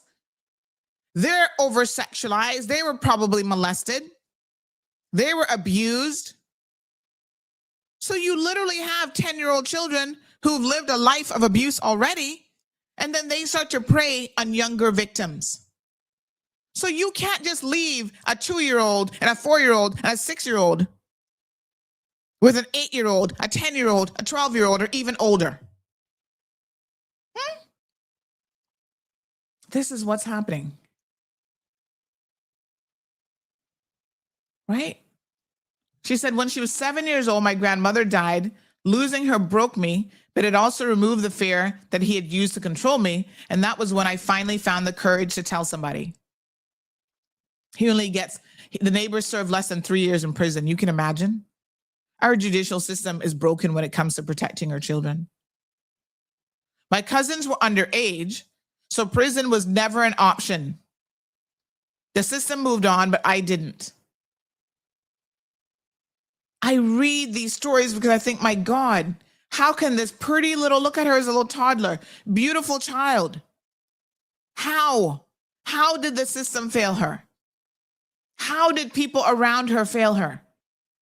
Face after face after face.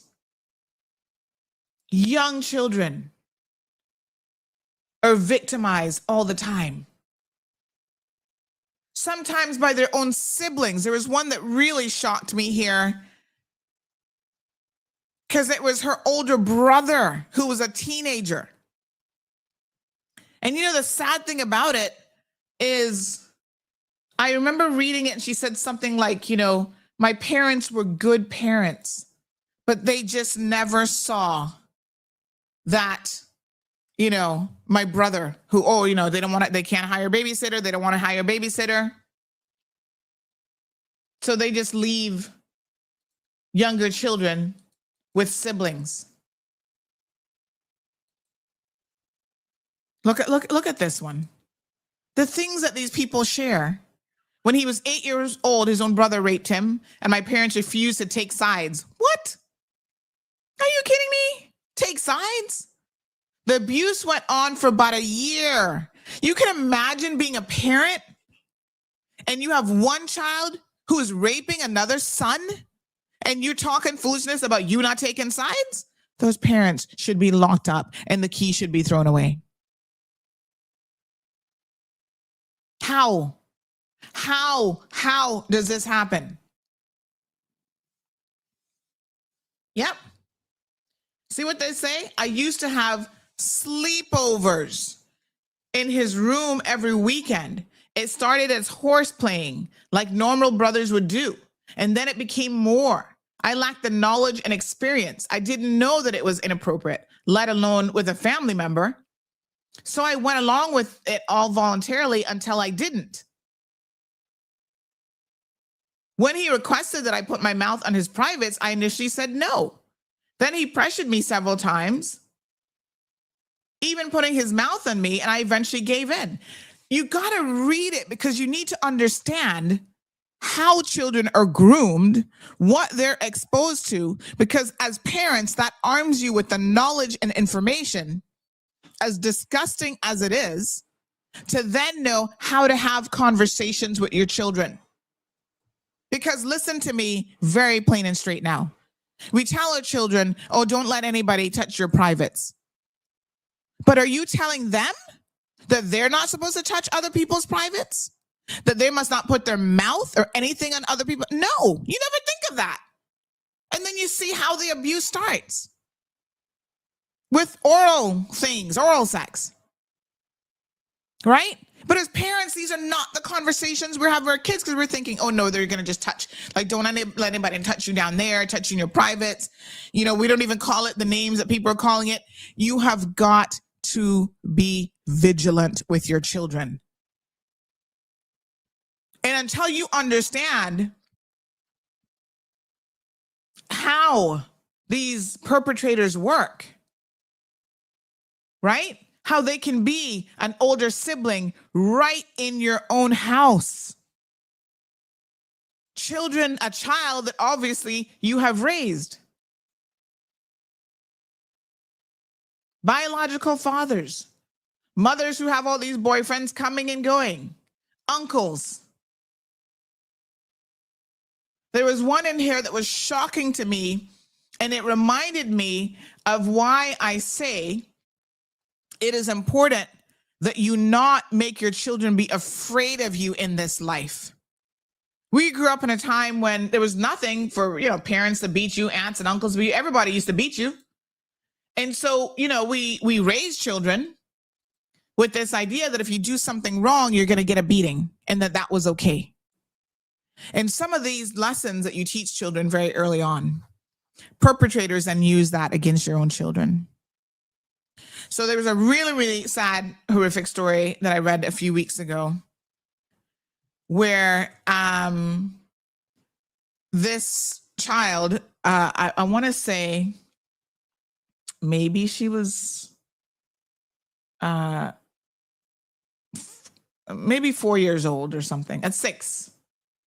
I think this is the one.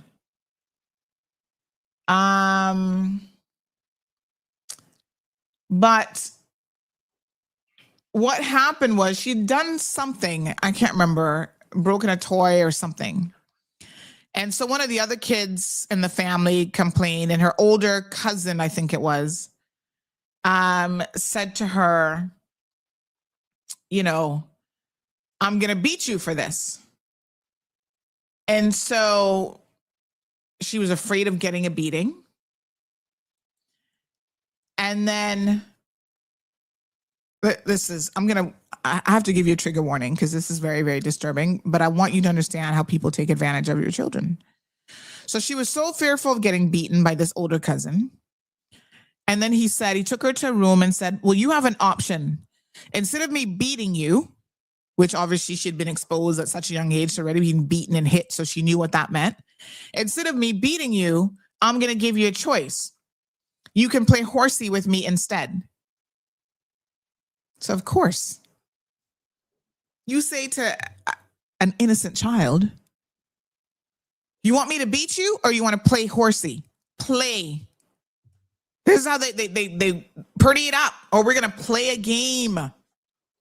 You need to tell your children that's no game. That's not playing. So she didn't know what playing horsey meant. So that versus getting a beating, which she knew what a beating meant, she knew how horrific that was, she opted to take the other route. Yes, I'll play horsey. Horsey meant turn around, pull down your pants, pull down your skirt, and he sexually assaulted, he raped the child. I want to say she's probably about 4 or 5 years old. And she had no idea what this was, but this was playing horsey. But you see, the problem with this story, folks, is that we have raised children where anyone can walk up to your child, anybody in your family, and threaten your child with physical violence. And because you as a parent have normalized beating children and disciplining children in such a way that they don't think there's anything wrong with people beating them. And so when someone in the family, a cousin says, I'm going to beat you, that's an option. Nobody, I can tell you right now, I do not put my hands on my daughter. I don't threaten her with any form of physical violence or physical discipline, whatever you want to call it. So if anybody walked up to her and said such a thing, she would be so horrified by that option. She's not going to play no horsey with you, and you definitely not going to talk to her about putting your hands on her and beating her either. She's going to come and tell me, this person said that they wanted to hit me, they wanted to beat me, and then we got a problem. You need to open your eyes, parents, and see how people are manipulating your children, and sometimes in the most innocent of ways, we as parents are setting them up without having really thought it through for this level of manipulation and control. Good morning, caller. Hello, Are you caller. talking to me? Hi, yes, good morning, sir. Yeah, good morning, everybody. Morning. This is a very important topic, our youth. And you mentioned a couple of things. You were talking about sexual abuse. You were talking about manners. I got to tell you, the other day, not the other day, this is about 3 weeks ago, I was in Falkland doing some food shopping. And I was looking at this 7-year-old child on his cell phone, kicking his mother in the shin because he wanted a particular cereal. And she was like, no, you're getting this cereal.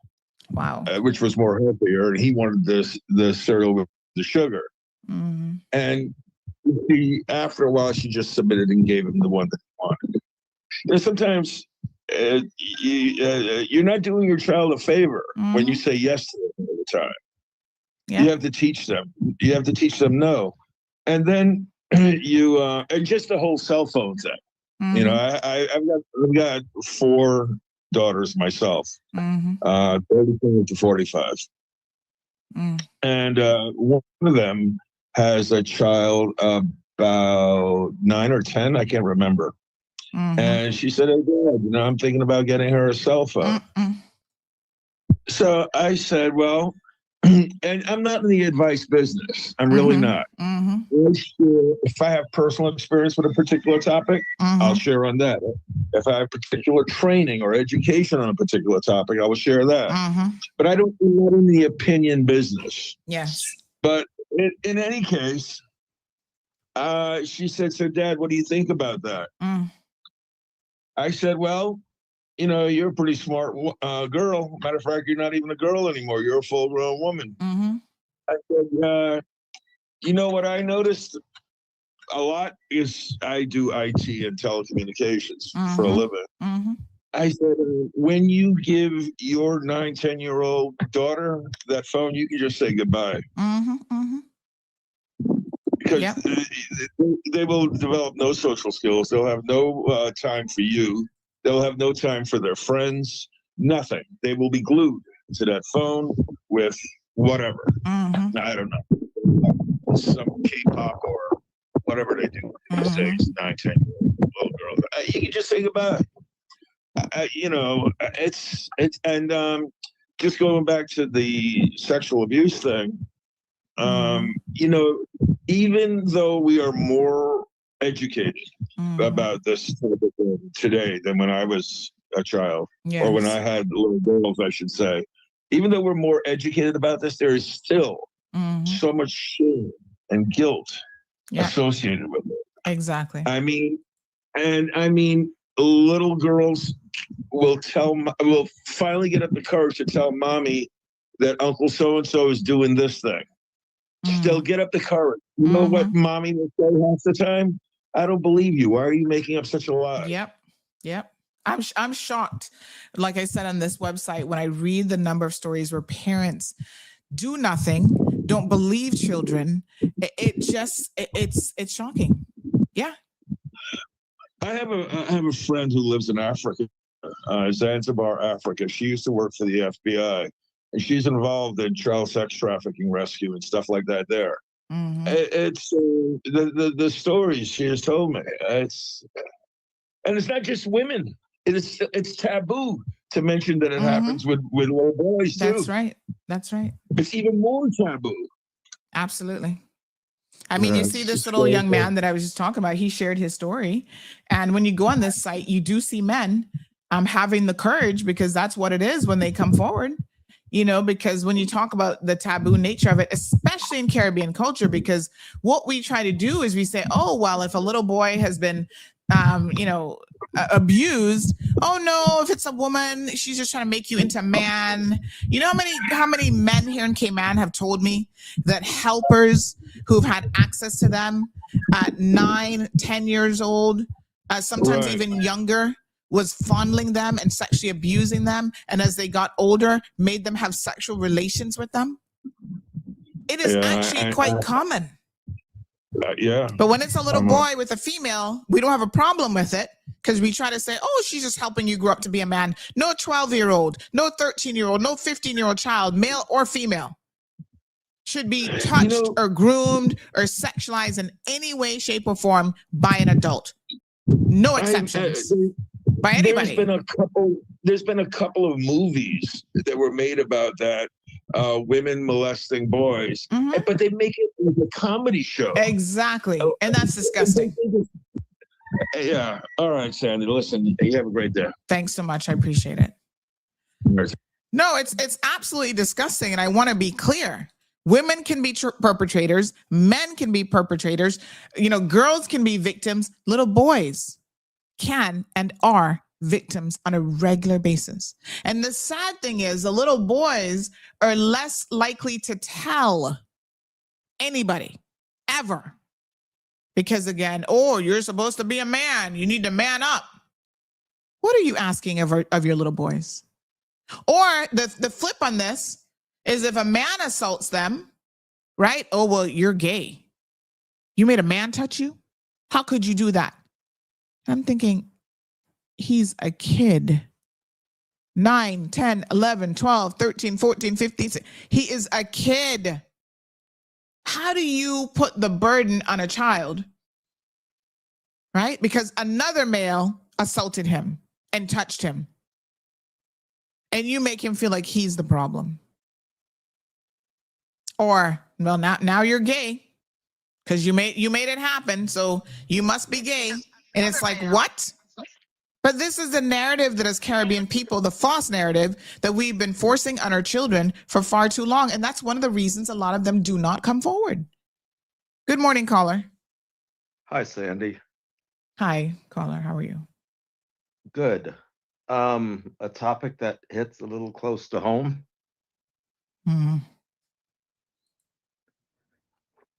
Yep. Still dealing with it to this day. And when I hear of things like this, it's very upsetting, very angering. Mm-hmm. Mine began at 7. Mm. My escape was alcohol at 9, leading into drugs at 12. Mm-hmm. And the scars that it leaves and how innocently it seems as it begins is what parents and adults need to be looking out for. You know, just a little hug. Mm-hmm. Oh, come sit on my lap. Just different things that lead up to gaining trust from your parents or the parents to be able to take your kids out on a day trip. People just don't get it. And it's, I know parents need a break, but you even, I mean, we're talking years ago, but it's even more prevalent, or it seems now, because people aren't so ashamed. And I was shamed for many, many years. I couldn't tell anybody because of what was said to me by my father when I was young. You better watch out, boy. Something's going to happen to you one of these days. And then when it does, I don't want to hear about it. Oh my God. So, of course, I could never go to my father to share the story or stories. And I never wanted to disappoint my mother. And that's one of the reasons, like I said, I chose alcohol. I had access to it. So I chose alcohol to be able to numb myself. And then again, like I said, drugs, because it wasn't a one-time deal. And I was put in situations that I should not have been put into to begin with as a child, by dropping me off at somebody's house, to play for the day. People just have to understand, I mean, like I said, I'm still dealing, and that's not the only thing I have to deal with. I mean, I've been through physical abuse, child and mental abuse, emotional abuse, sexual abuse,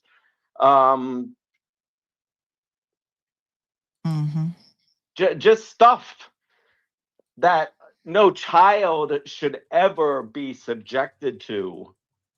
The only time I got attention from my father is if I acted up or acted out.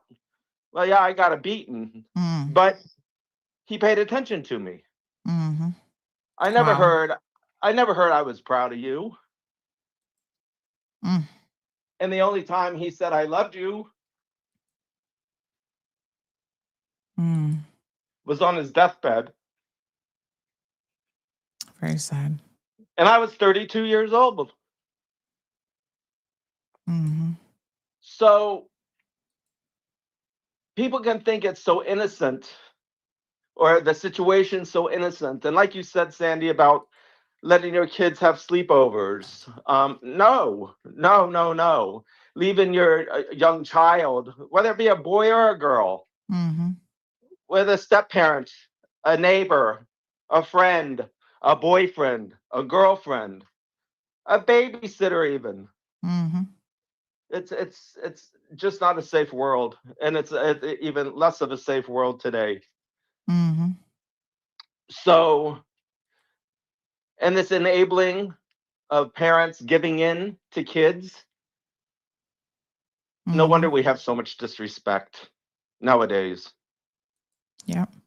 When a young child can look at you that's 7, 8, 9 years old and just turn around and say "F you," and not think twice about it. Or how a child disrespects the parent, mainly the mother, because the mother allows it. She allows it. She permits it. And it all starts at a young age. Yeah. You can't change a script when they're 9, 12, 15 years old. That's too late. It's too late. You can change it, but trust me, it's infinitely much more difficult to do so. Oh, it's a lot of work, Yeah. a heck of a lot of work to be able to change what you've instilled in a child. You know, your brain is learning quite rapidly just by observation. Mm-hmm. So we can talk about girls being molested. Yes, we need to. Raped. Yes, we need to. But you also need to speak on men Yep.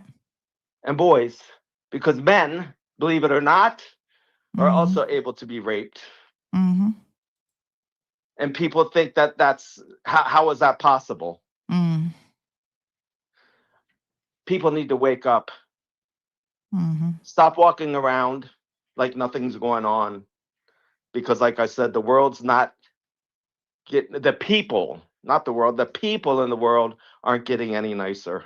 Mm-hmm. Thanks, Sandy. I appreciate it. Thank you so much. And I can assure you that, unfortunately, his story is not as uncommon as you think. There are so many men, now men, once a boy, that have shared their stories with me. Lots of Caymanians. And you know, some of the perpetrators have come from so-called well-respected, I put that in quotes, because nobody who molests a child, respect and their name and their family name, in my opinion, does not go in the same sentence, especially when their families have known the kind of evil that they have been putting children through for years. Business owners in this community who use the promise of jobs. Oh, come and work at our gas station. Come and work at our shoe store. To have children, boys, at their disposal that they could then groom, pile with alcohol, and molest at will. Right in Georgetown Central, there are some very, very famous cases of this. People know it because I've had some of their victims say to me, oh, well, my granny told me must be careful. And what the hell does that mean to 9-year-old child, to 12-year-old child? They didn't know what they were talking about.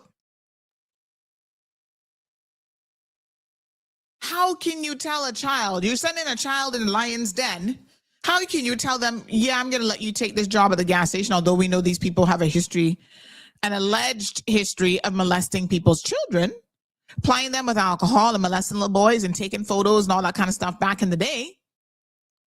Yeah? And then you allow your child to go and work for these same people so that they can be around them, and you tell them, oh, just be careful you hear? You be careful you hear?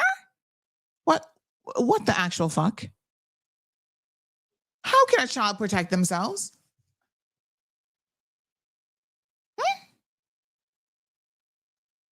How? And of course, they were victimized. And then years later, they found out their uncle was victimized because everybody in Windsor Park knows about these people. And y'all think because they have money and they own a business or businesses that they're good people and that they're not going to harm your children. Let me tell y'all how many fucks I give on a good day when it comes to this particular topic.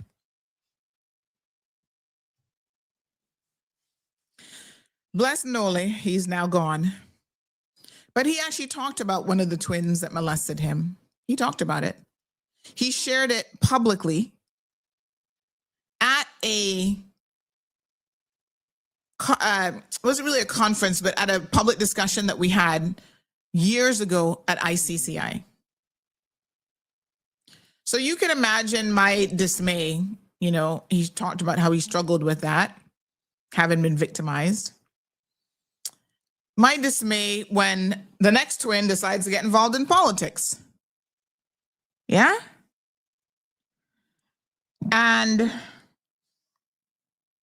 he made the decision because they were PPM. Of course, PPM not vetting nobody them. Don't get me started. He then supports the PPM and by extension in Windsor Park supports this man running for public office. We have child molesters who has served as MPs. And we continue to be okay with this.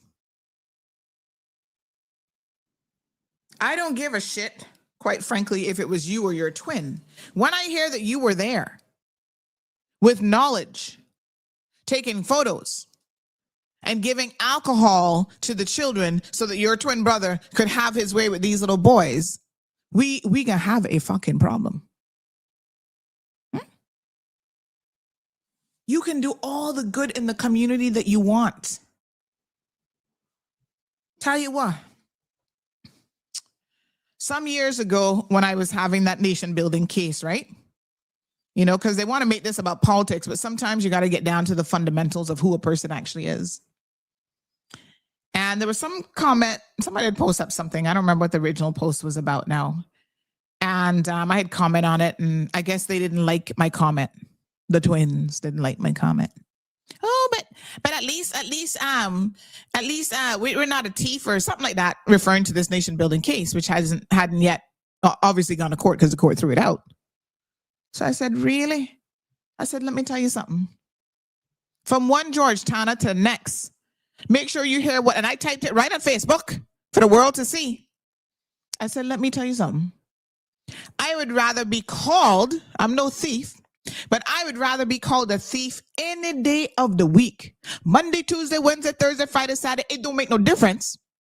Call me a fucking thief than to be known for molesting people, children. How about that?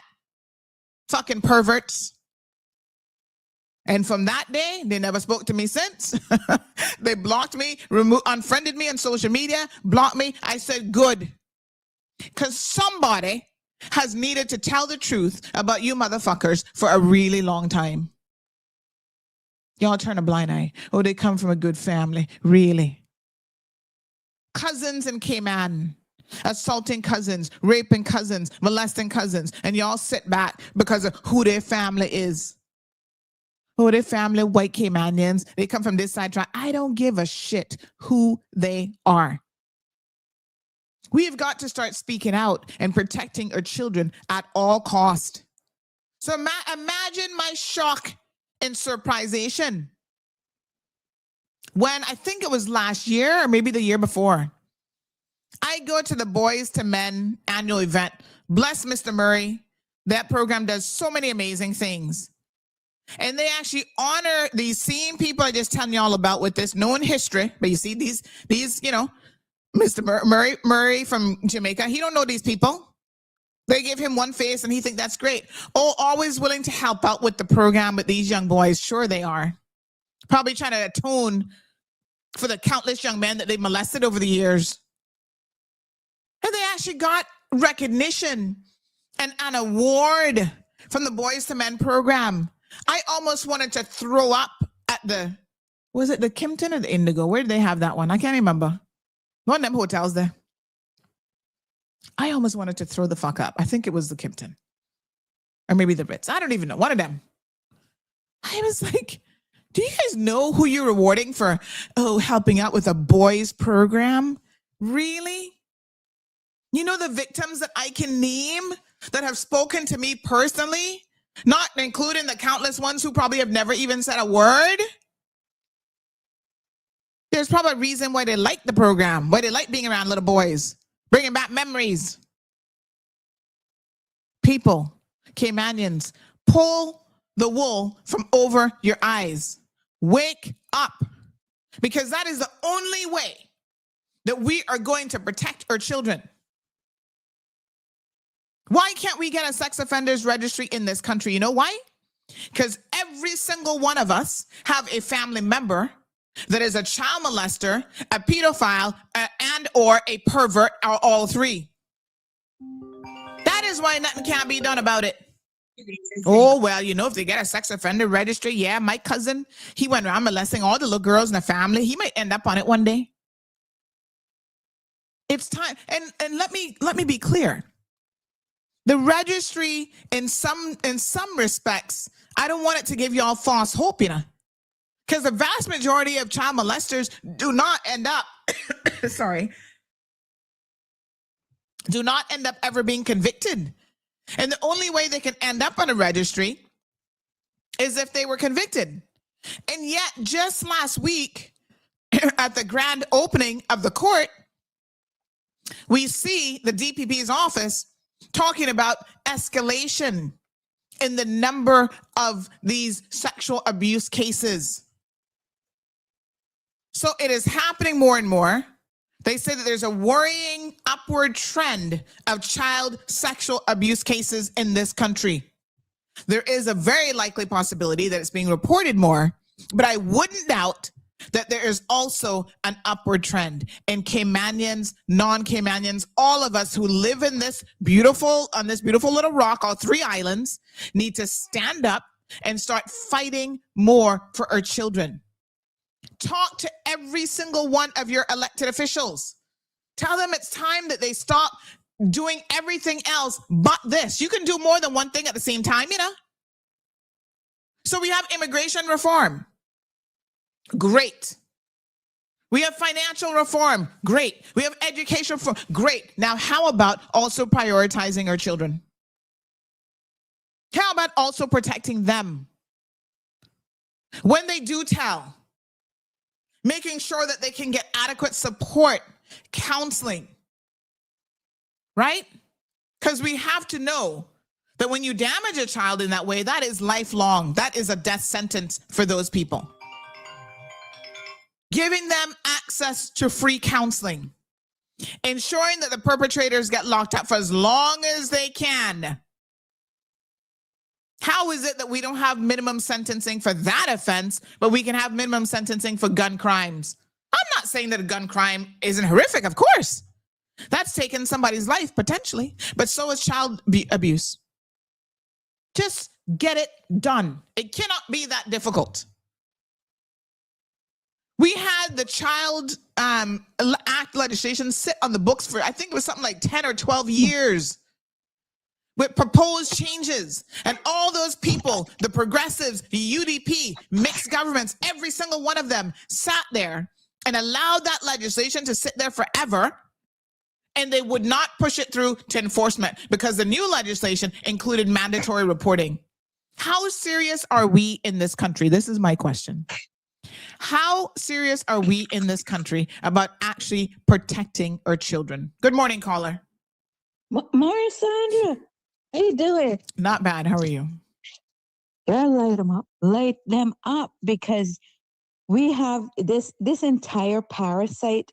What do you call it? I don't know. I guess it's a parasite. Mm-hmm. That's what it is. The underbelly of our community. Mm-hmm. How many of us up here, young girls, were done the same thing up in that Creek Seventh-day Adventist Church and down in that Stake Bay Baptist Church, fondled, sexually fondled, abused, and when we could, our parents. Well, my mother didn't take crap from them. She went and told them about their ass. Be honest. She did light them up, but nothing ever was done about it when it came to the authorities, when it came to the Ministry of Education, when they did it to us in our schools. Nothing was done about it to the young girls up here in the Nebraska, and apparently it's still going on. So it's some sort of parasite that has not been treated, and it's because we have authorities. We vote people into parliament who are afraid to trouble it because they got about 20 members of their family that does it and has done it and is guilty of it. So they don't want to rock the boat. And that's the unfortunate thing about our community and our country. It is embedded into our culture. Molestation, sexual abuse, sexual harassment for children, grooming of our children. I mean, all of that going on. And look, you know, parents out exposing some of the grooming went on in the Lehman Scott High School, and I bring it to the forefront. You bring it to the forefront. I get charged to go to court for it. You hear the rubbish, but that same situation gonna bring more shame and embarrassment to the Ministry of Education. So, Cousin Raleigh, you better get that sorted out before you don't get elected again back in West Bay. Remember now, 4 years come very quick, very quick. And if we're here addressing the parasites in the system, and all of you in the authority that have the power pen to remedy this and to fix this and to stop our children from falling to these abuses and these horrible situations that turn them, when they become adults, they become people like me, little monsters. I'm just kidding. But the point is not a laughing matter. Let me say, the point is so many people mentally as adults, and I see it in the BRAC, have not healed from the trauma of that situation from they were very young children. I see it. The adults now, their lives are like ruined. And that is the sad part. We don't have a system to protect us. Our system, all it does is protects those that are doing it against everyone out here who are victims of it. That's who they're protecting. Those that are bringing the abuse to the victims in the community. And we need to put a stop to that. So I agree with you. We do need that registry. I'll help you fight for it. If you need a cussing voice, I'll happily join you and cuss for it too. So you have a good day. Thank you, my dear. I appreciate it. 936-2626 is the telephone number.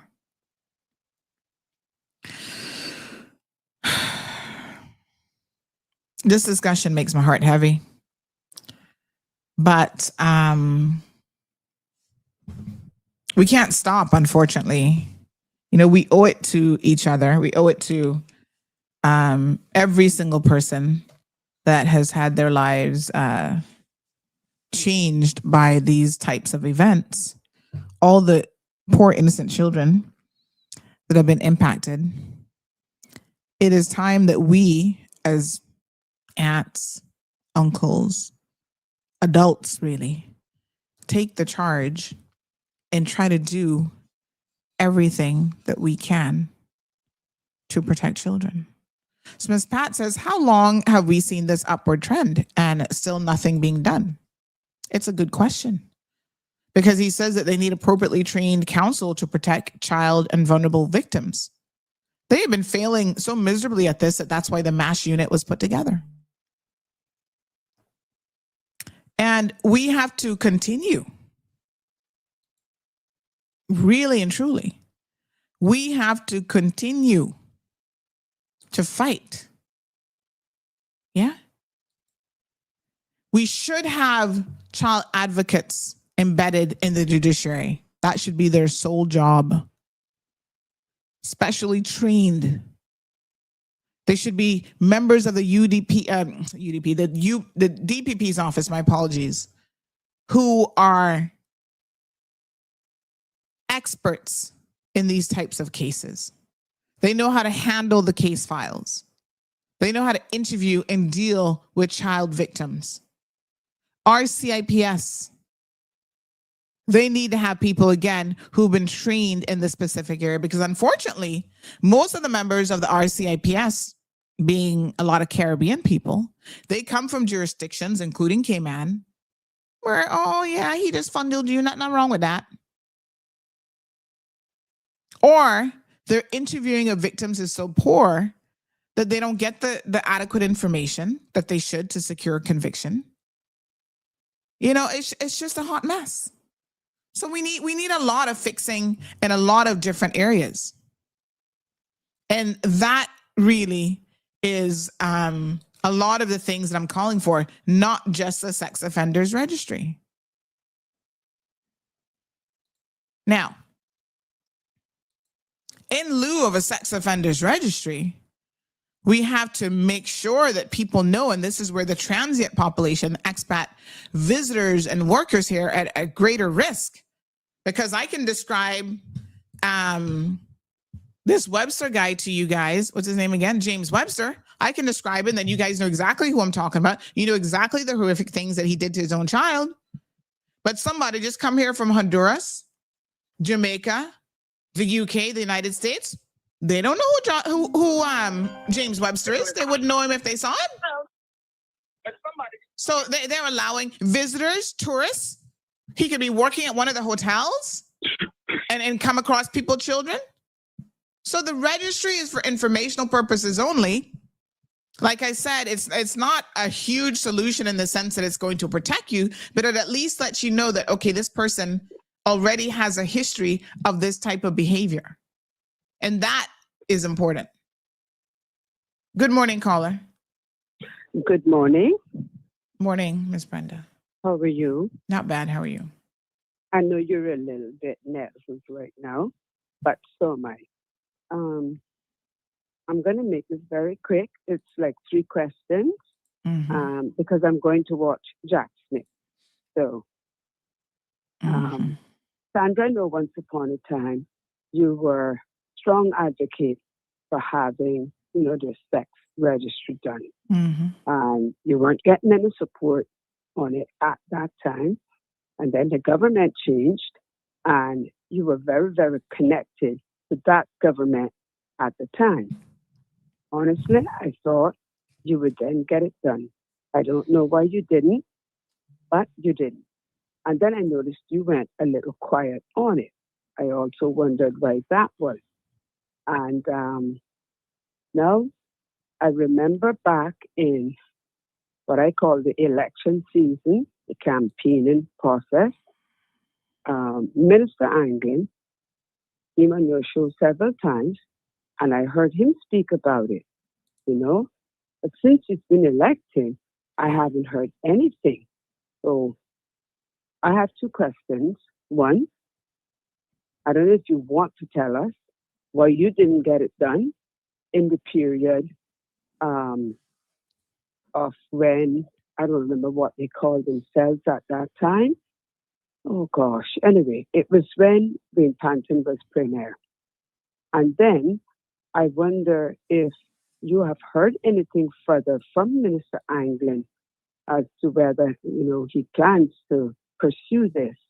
And because I know a lot of people, including myself, we were very, very supportive to him and said, if you're going to do this, we want to help because it needs to be done. So they were my 2 questions. And I'm going to end with a comment, which is something. Well, sorry, what was this? What was the second question? Oh, about Minister Anglin. Do you know if he still plans? Okay. He campaigned on it.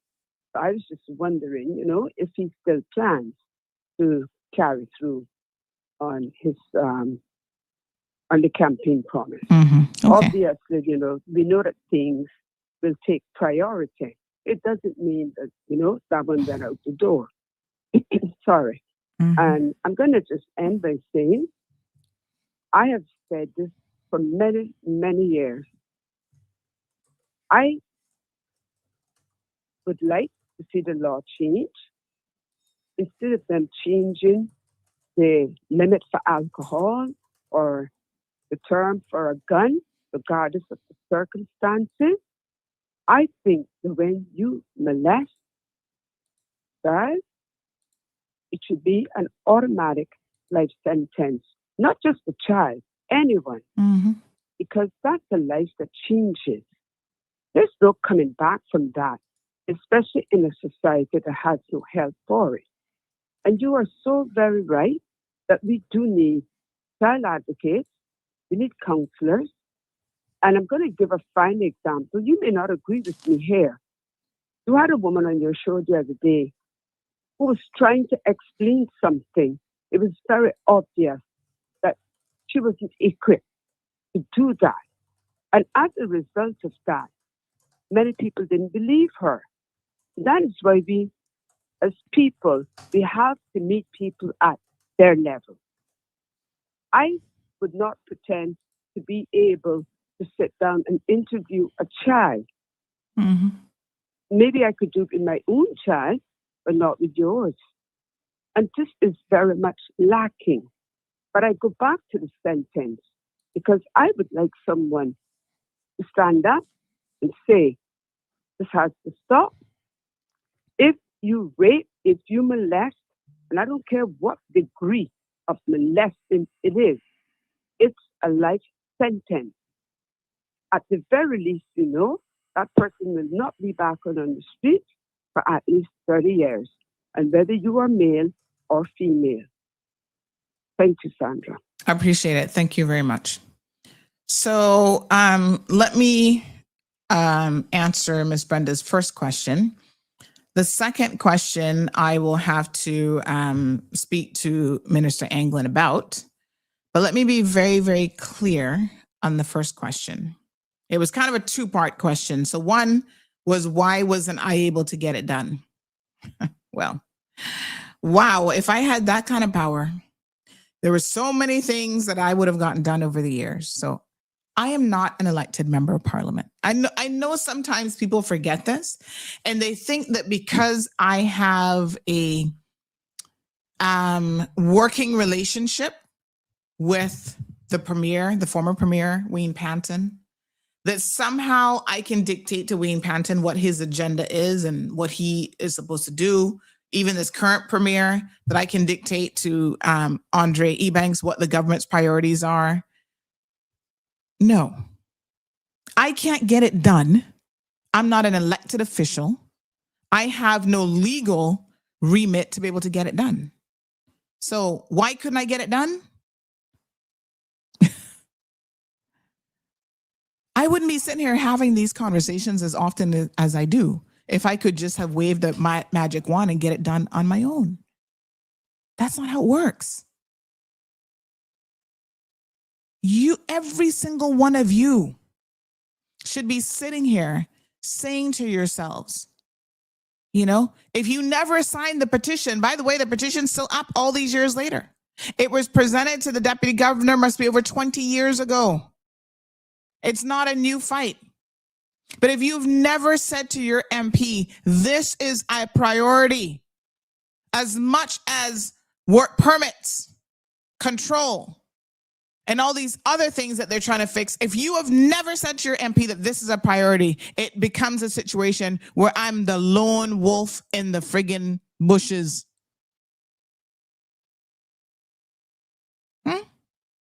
I don't have the power to get it done. As amazing as this platform is, and that should tell you a lot, because we sure do action a lot of things around here. But this one, this is a hard fucking nut to crack. And there's a lot of reasons why we can talk about why it has never been a priority for any government. I just told you one reason. Because too many people know their own family gonna be on the friggin' list. Y'all are electing known child predators, and you're asking me why I couldn't get it done? How about we really tell the truth around here?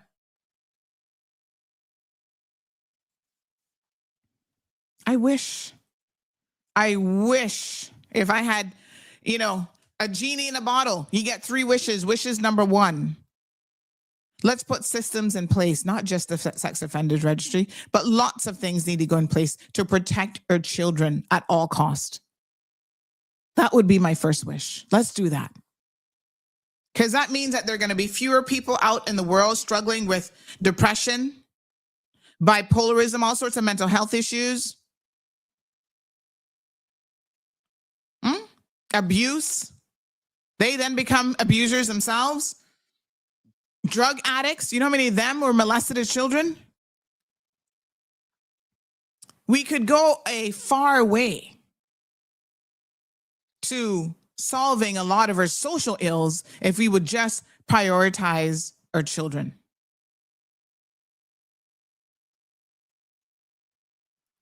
The other question/comment is I went silent on this. I have never, I don't know, maybe that was a minute, Ms. Brenda, when you weren't really listening.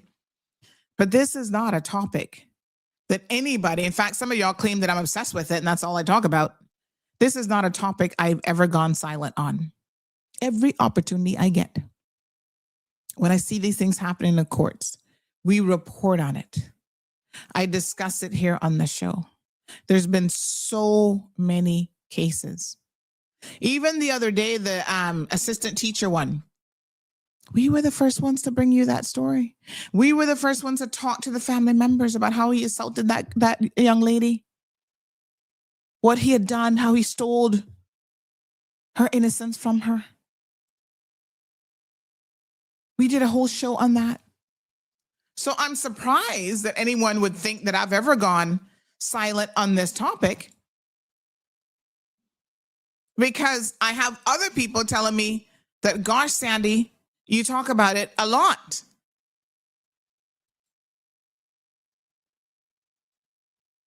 As I have said today and on other occasions, it's not an easy thing to talk about.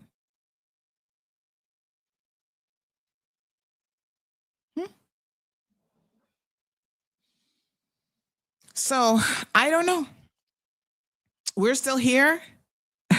We're not talking about it. I mean, I talk about even the celebrity child molesters, the P. Diddy's of the world, the Matthew Leslie's of the world. My God, I could have gone to fucking jail over the Matthew Leslie case because I was exposing him for the predator that he is. And all y'all sitting back having nothing to say about that.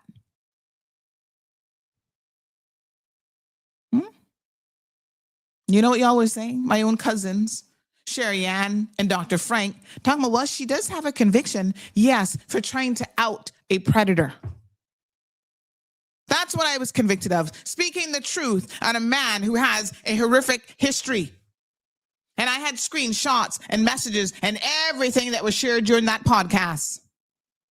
And I'm the one who fucking gets prosecuted for it, who goes through the ringer, goes to court, and had to pay a $3,000 fine. By the way, thank you for those who donated to my fine, because I know a lot of y'all didn't, but thank you. Praise the Lord. I was able to pay it within days of getting fined. Almost went to jail. And y'all think that I could be doing more, that I could make it happen?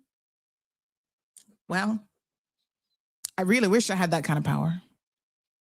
Because it is not for not wanting. But sometimes you kind of feel like the lone wolf here. Why ask yourselves this question when it comes to media? Why am I the only person who's really even having this conversation? Right? When we talked about Renato Harris and how he raped that woman, got her pregnant, we had her on the show. All these so-called media houses that exist, not a single one of them have ever had a victim come on, has interviewed victims, has talked about these cases. Why? Some of them have all 3-4 talk shows a day. They have a platform. Why is it that only Sandra Hill is even having this conversation in a public space? I'm just saying. It's crazy. And we need to stop the madness.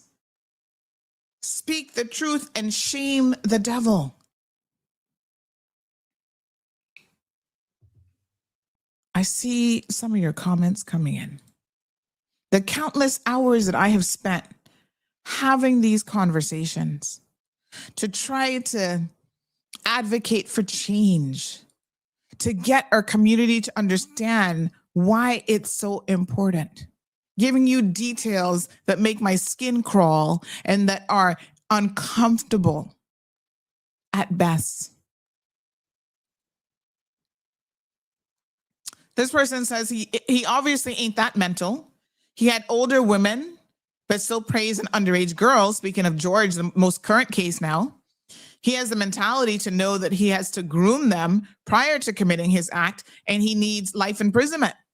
The lawyer should be jailed with him for putting that defense forward. Now, Carrie, I think this message is for you, because someone is saying, listen, you called in and spoke on this. However, how on earth did you marry a man who broke into a woman's house, cut her throat because he was in love with her, but she wanted nothing to do with him, and also was convicted of other sexual offenses? Now, look here. If we're going to have a moment of honesty, right? We all have to be accountable for the decisions and the things that we say and we do around this topic? So that's a fair question, Carrie. You can answer it or not. I mean, that's entirely up to you. But everyone knows your husband, whatever his name is, Whitaker, that he has a history of rather violent assaults against women. So how do you marry somebody like that? You see, you can't on the one hand say, yes, I agree with you. We all need to be advocates for children. And we need to stand up for children. We need to lend our voice, right? If a school teacher is there, having a porn site and potentially children have access to this, we can't say, no, she needs to be terminated. We stand firmly on that. But yet, in our personal lives, we marry people who've assaulted women, who have raped women, who've cut women's throats, who we know are child molesters, and who've done all these things. We want to marry these people and be in relationships with them, et cetera, because then the community is looking at you like, what the actual fuck? Let's be honest. In 2026, what do they say now? This is the year of the horse. Let's gallop more towards honesty. Yeah. So Ms. Brenda says, I didn't say you don't bring up court cases. I mean, the very strong advocacy you started with, nothing has changed, Ms. Brenda. I think you probably missed a couple shows because it hasn't changed. So much so that the last governor before he left requested an audience of me to talk about this very same thing, because one day him and his team were listening to the show and they heard some of the things that I said advocating around this, and they thought, the UK has given money. 9362626 is the telephone number, by the way. Someone's asking for the telephone number. The UK has given money to fund educating children in schools. And he said your own schools, mostly the church schools, have turned it down and said, no, we don't want you guys talking about anything of a sexual nature around our children. And he said, I heard you talk on this topic. That's why I had my team reach out to you, because we need to figure this out. Why is it that your so-called church schools do not want children to be educated on how to protect themselves from becoming victims? I was flabbergasted when the man told me that. It's that culture that we have embedded in this community that has got to change. Good morning, caller. So we got two callers. So, I got to take one at a time because the next one's calling in WhatsApp. Good morning, caller. Good morning, Sandra. Yes, ma'am. I don't like calling back, but just for the benefit of clarifying what I said, in case it didn't come across right, I did not and would not suggest that you have never spoken of it. That's not what I was saying. I was speaking about the petition and you championing this cause. That's what I was speaking about, about you going quiet on it. And I've heard you speak about this many times. And I think I even saw you do an interview with the governor one time. I don't remember what the subject matter was. And he did say something to you like, you come across strong or something to that effect, And so I would never accuse you of never speaking of it. I was just talking about having a discussion like we're having this morning. I'm talking about when you were out there, because I think you started it. Sorry, and I you put the wrong number. were really, hell bent on getting this registered done. That's what I was referring to. So if I didn't make myself clear earlier, that is what it was. I would never, ever accuse you of not standing up for this, because I think that your heart, if it's ever in the right place with anything, it's with this. I'll tell you that. And that's coming from Brenda. Okay? Thank you very much. Thanks for the clarification. All right. Good morning, caller. Welcome to the program. It's me, Karen. Morning, All Karen. right. I'm putting morning. I heard what you just said, and I heard what your audience said. Let me say this. I do not get involved with my husband or any of his situations. I met him, I married him, and I was in love with him. We all go through those situations in life. Were you going to persecute people for that? My Kitty has not reoffended So what you've just come out here on your show and alluded to with whoever sent that in, which is probably some supporter of that porn celebrity.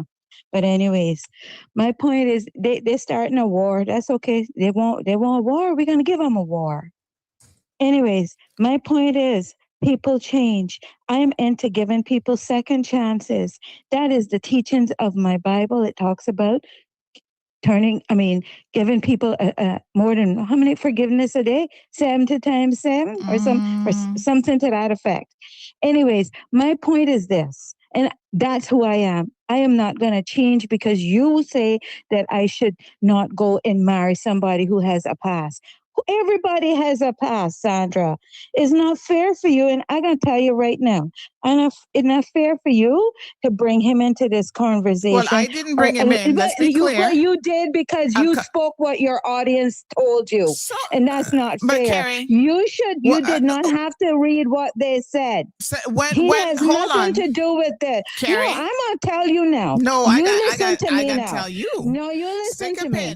When you and your audience are just being very nasty. You and your audience, Carrie, whoever they are, and we know that they're not somebody that's very brilliant and smart. They just pick and fight with me, but I'll give them a award. They don't care awards. Carrie, Sandra, tell me, would you, if the shoe was on the other foot, would you have felt that way to know that your husband hasn't reoffended from their release and has been a good law-abiding citizen and works hard and even works for the government and got into the government under the Second Chances program and is a brilliant representation of that program that the deputy governor put out there. So that's not fair, Sandra. You're not giving people the opportunity to show that they have changed and whatever they went through, if indeed, and a lot of it was lies. And I can afford to tell you, Miss Priya Levers reviewed his entire matter and declared him not guilty of any of that. So there you go. And that's all I'm going to say about it. And I'm not carrying this conversation any further. Leave Ken out of anything to do with me. That's not fair to him. He has gone on and done way better and is doing better. And that's how we're supposed to treat those of us that go through our court system that are very, very, very prejudiced towards our native Caymanians. Look how many our young men over the years has been given police records and shouldn't have, and other nationalities come in here and commit the same offense and don't get one and continue to live here and go on to get PR and status. So you need to be fair to your people, Sandra. You have a good day and I still love you. Bye. Tell me, say hi. Okay. I just had to let her talk because obviously I wasn't going to get in a word edgewise. So let me say a couple things that need to be said. Number one, and this is why some of these MPs, I even had a conversation with someone yesterday about why they don't want to come on our show. Because we put up comments that they don't like. It is not favorable towards them. Look here now. You signed up for the job. But I want to be very clear about how we treat comments on this program. I don't censor comments. Oh, but you didn't have to read it. That would be a form of censorship. Now, the comments that coming in, I don't get to all of them, to be fair, because sometimes it'd be all 500-600 comments for one show. So no, I don't get to all the comments. But if I get to a comment, sometimes it's just put up on screen and I'm just scrolling through. And other times I actually read the comment. The person sent the comment in. There was no reason why their comment should not be discarded. And like I said, it is a fair question. Now, Carrie, the details of what you're saying seem to be a little bit confusing. Let's be clear. He was convicted in a court of law multiple times for multiple offenses against women. That's not up for debate. I don't give two fucks what Priya Levers told you in the comfort of her home. He was found guilty and served jail time. Now, if he has turned a leaf, well, thank God, because women are now safer in our community. That's great. I'm happy to hear that. Y'all can give him all the credit in the world for that. That's fine. And it's not about second chances.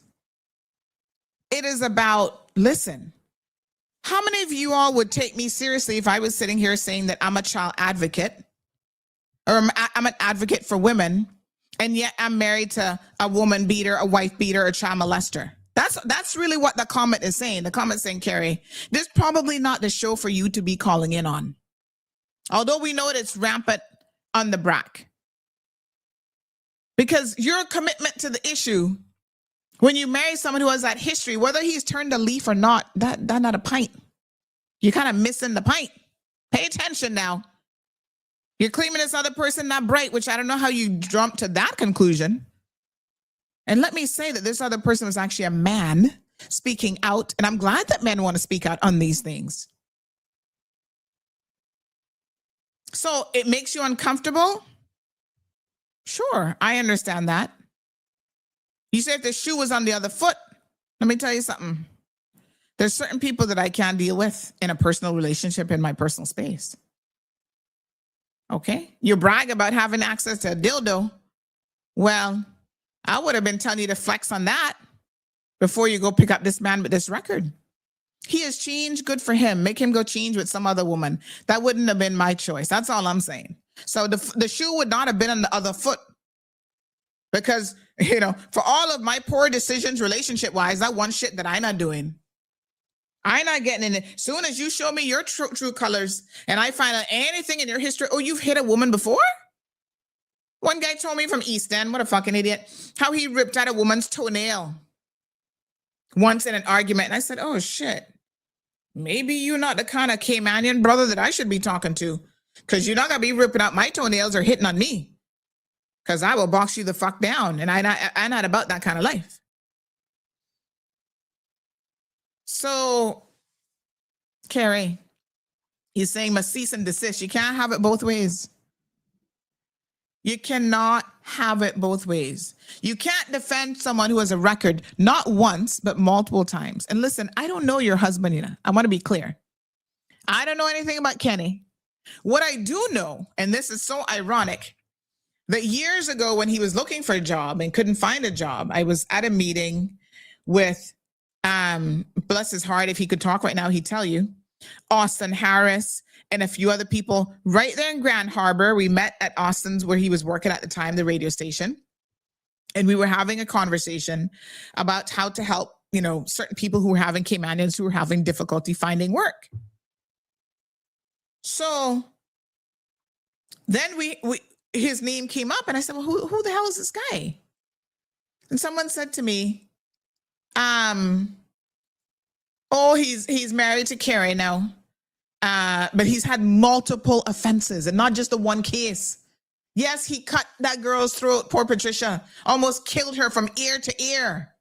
Went to jail for that, came out, and then raped and assaulted other women and stuff like that. And I was like, what the fuck? I'm like, who the hell is he? He would be on the list if we had a sex offenders list. So I was like, damn, I didn't know that's who Carrie had married, because I don't know the guy. And they're like, yeah, this is why he's having a difficulty finding a job.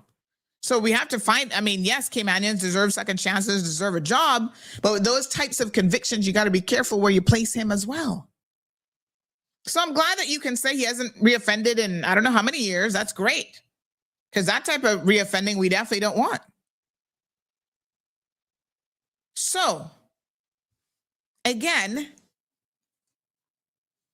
those are things that are a matter of public record, convictions, and it is what it is. You can't defend that. If you made a poor decision marrying him, then you made a poor decision marrying him, but don't call him the show trying to say that, we're being unfair and I should have read that comment and all the kind of, that don't make no sense. That don't make no sense. And the same energy that we have for the school teacher that you talk about. She not raped nobody that we know about.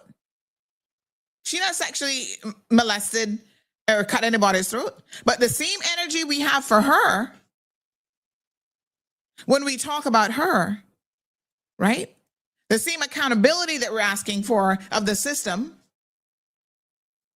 yeah, it matters. And I say that regardless of how you look at this, the one decision in life that you get to make is who you gonna lie down with at night. who you're going to marry. That is your confidant. That's supposed to be your best friend, right?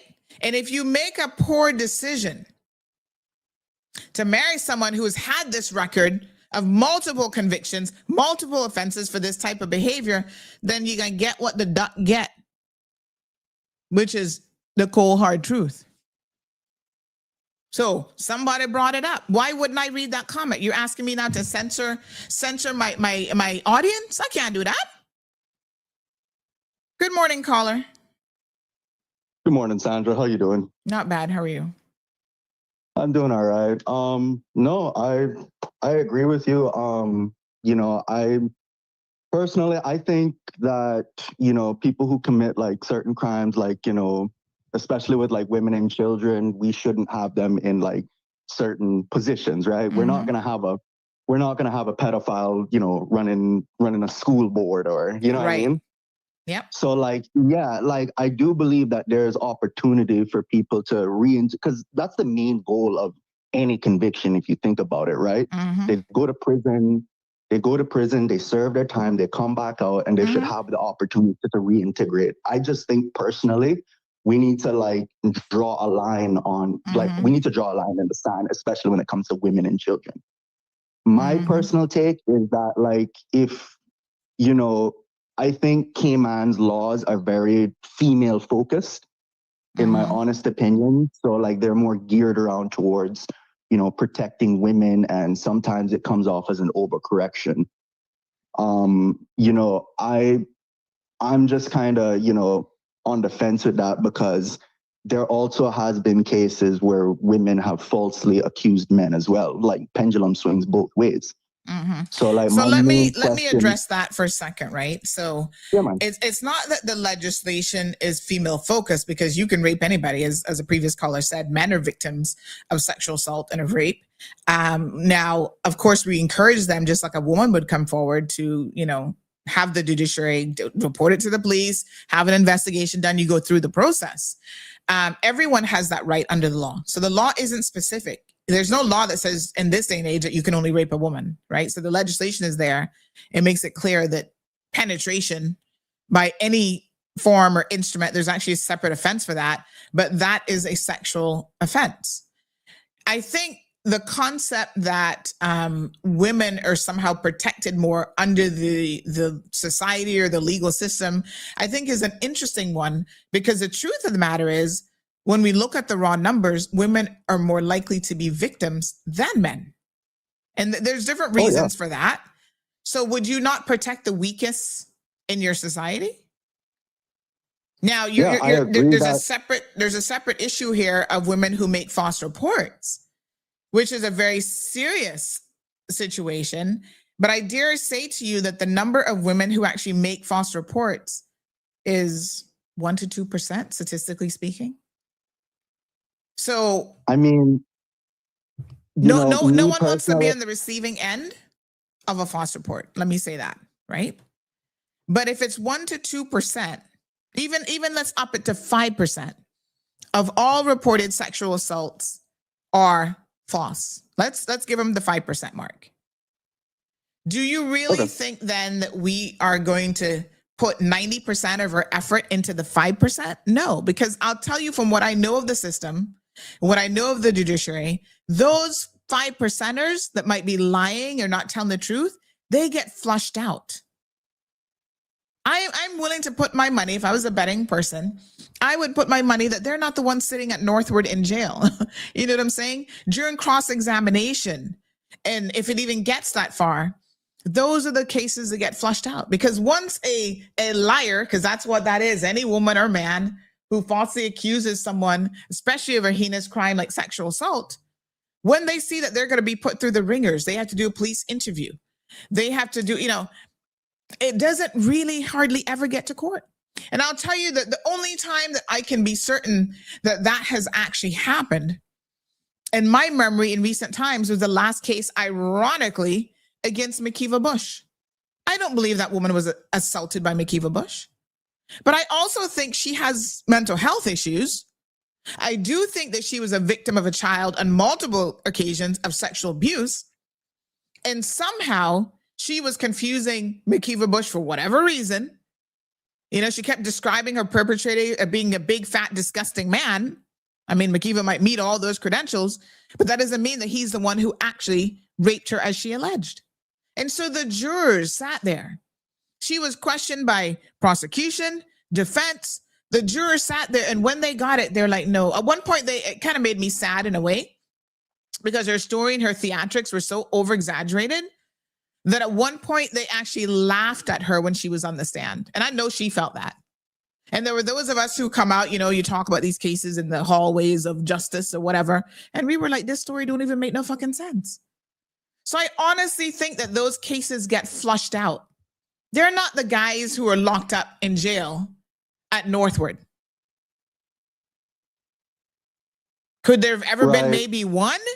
I mean, I'm not going to say no, but that ain't the majority. And even in the minority, those cases don't, you're not getting a conviction for most of those. It is quite the opposite.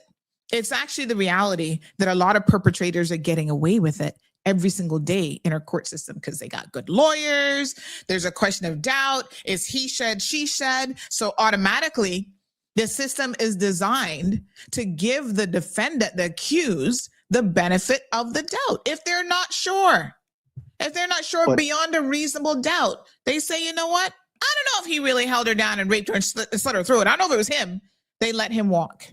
That's the reality of the system. Okay, so all right. Let me just backpedal here because there's quite a bit of points here. So like 90%, you're saying that 90% of men or like anybody who's committed sexual offenses, 90% of the time they have done it. Is that correct? What I'm saying is, I'm trying to understand that. The false reporting when it comes to sexual offenses is extremely low across all jurisdictions, including Cayman.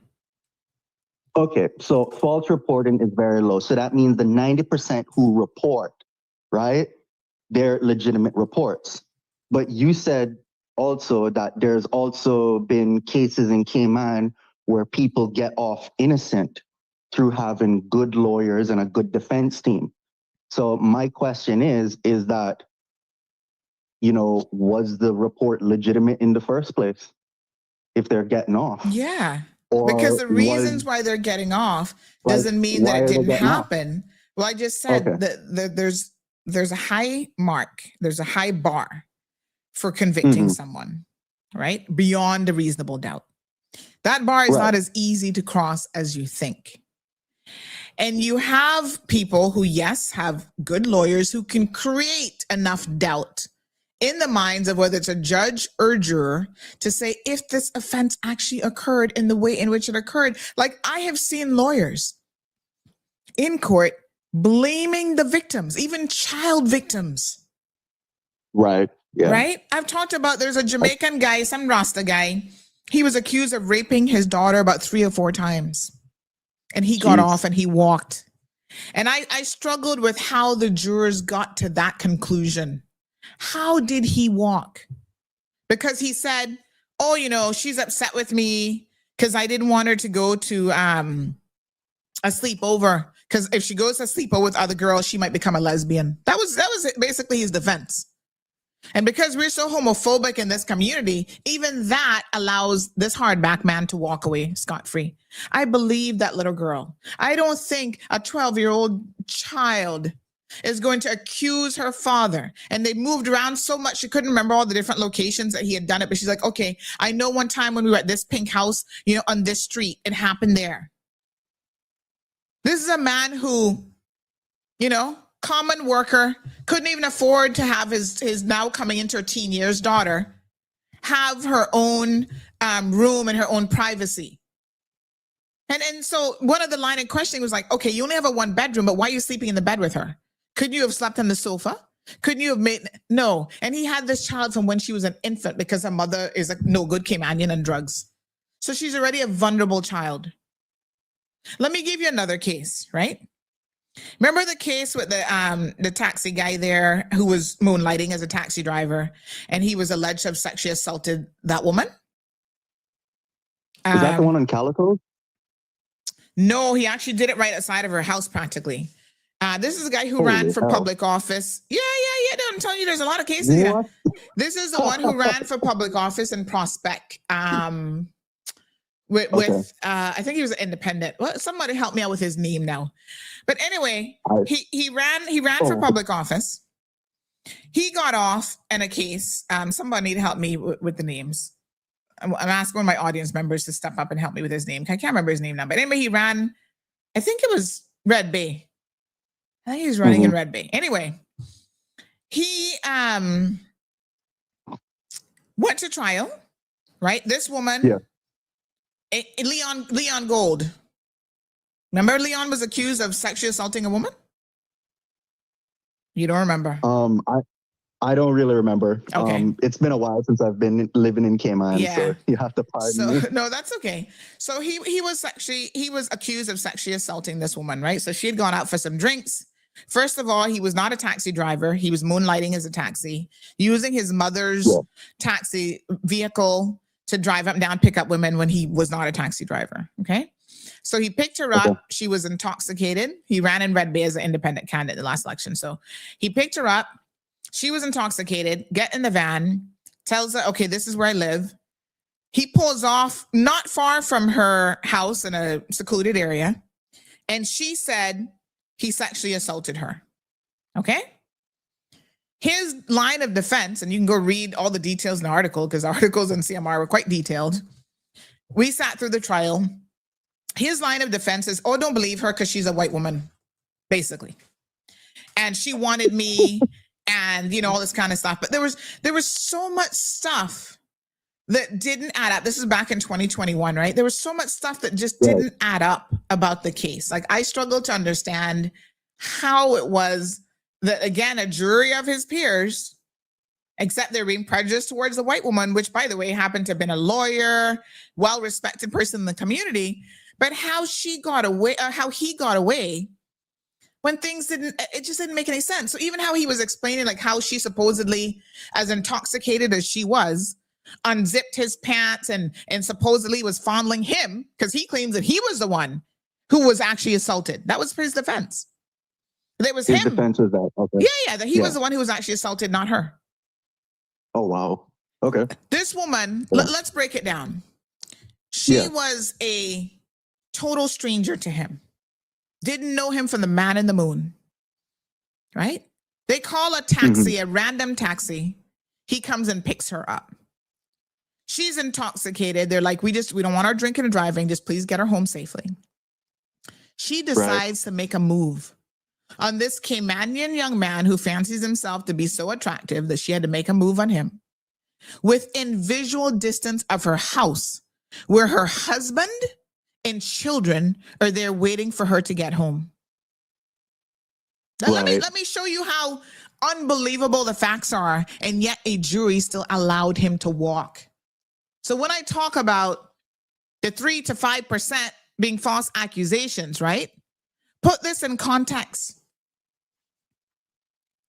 The vehicle, I mean, he lied throughout about no, he didn't pick anybody up. So then they pulled CCTV footage from local properties, saw that it was him that was driving. Oh, yeah, okay. She woke up to find him. Her testimony was she woke up to find him digitally penetrating her. And this is going to get a little bit graphic, but I want you to understand this. Yeah. There's a reason why I'm telling you these details, because you'll understand that this dude got away with it. And a lot of people in our judiciary get away with it. Hold on. It was that time of the month for her. Presumably you've had girlfriends and you've had, no woman not doing that shit. No woman is going to be coming on to a total stranger and tell you to put your fingers in her vagina when it's that time of the month and she don't even know you, bro. But that was his defense. Wild. That was his defense, that she wanted to engage in sex with him. Meanwhile, on the way to this assault, alleged assault, because he got away, he's texting and arguing with his girlfriend, who also happens to be a lawyer, now his wife. And a Caymanian woman married him. And she has children, young girls, for another Caymanian. You see, this is the ridiculousness and the foolishness that I'm saying, that in this community, right? The 5% that might be false accusations, that means that there are 95+% that are not false, and a lot of them get away with it. Right. And you know what, Sandra? I will grant you that. I will say that the 5% we shouldn't even be like, I mean, yeah, we should focus on, but that's not the main point of our focus. I'll grant you that, right? So we know that 90% of crimes that are committed, you know, there's probable cause behind it. So like, we know that there's probable cause. So my next question, because like, I'm just doing like a process of elimination, right? I haven't been in Cayman. I haven't lived in Cayman for a while now, but like, I'm trying to figure out like, okay, so we know that it's not false allegations. Now, my next thing is it a jury that decides the people? Like, how do they like establish a basis for saying, yep, this man is innocent, let's let him walk? You know, like, what is that critical failure, in your opinion, in the judicial system that we need to correct? Well, yeah, it's a jury of your peers, which means, you know, Okay. they don't necessarily Everybody knows everybody. Well, not even that, but they don't necessarily have a complex understanding of the law, and they are human beings. So they are swayed by arguments like, okay, oh, this is a white woman trying to take down a black Caymanian. They're swayed by so that. So it becomes a popularity contest. Well, I mean, the lawyer made sufficient arguments along those lines, even claiming that she was asking him how to score drugs, like, you know, where to go get some cocaine. It's funny because in Cayman, the line of questioning that is allowed here from the defense when it comes to sexual assault cases, in the US and other jurisdictions, you can't ask victims those types of questions, alleged victims. You can't ask those types of questions. What were you wearing? I mean, why were you drinking? Why were you intoxicated? It's crazy the shit that I've seen allowed here, specifically in Cayman, when it comes to sexual assault victims. I'm thinking the judge should stop this line of questioning, and they don't. Yeah, I mean, because I don't like, because for me, like, that's more like a relevance thing, you know, because it's like, what does this have to do with the case, you know? So I'm just trying to figure out, like, you know, why are we having these issues, and what are some steps that we as Caymanians can do to fix those issues? Yeah. I mean, you know, we start with public education, which is, you know, what I try to do on a regular basis. Yeah. We start with lobbying our elected members, right? So we can't have them sit down saying that they support a public offenders registry and then they never do anything about it. So every single person, and this is to protect children in particular, but every single person who's supportive of this registry, maybe you never heard about the petition 20-something years ago, you never got a chance to sign it. You know, I can't start a petition every week. People get petition fatigue.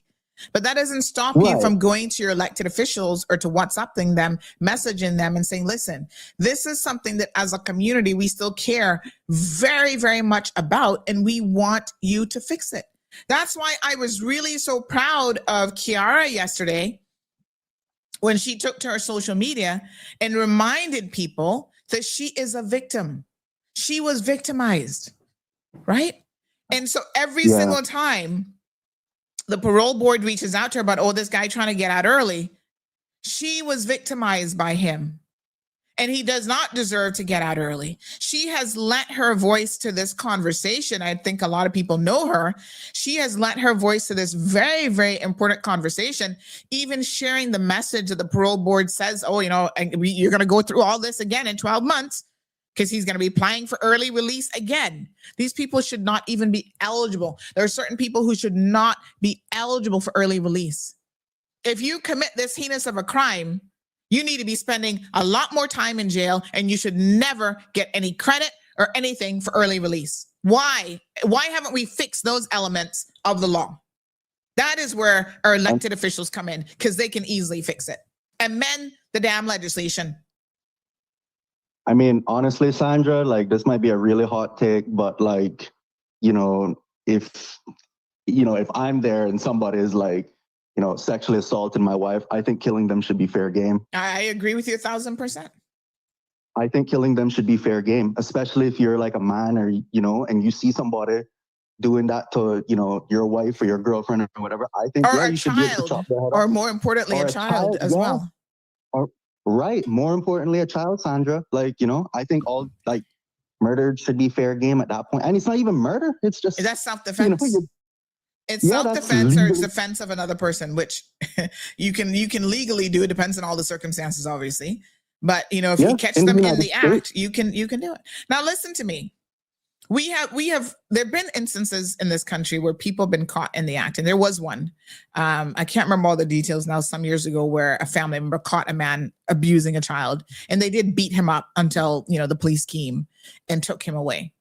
So there are people who are doing the right thing in the moment when they see this sort of stuff. But I also find that there are far too many people who are not doing the right thing.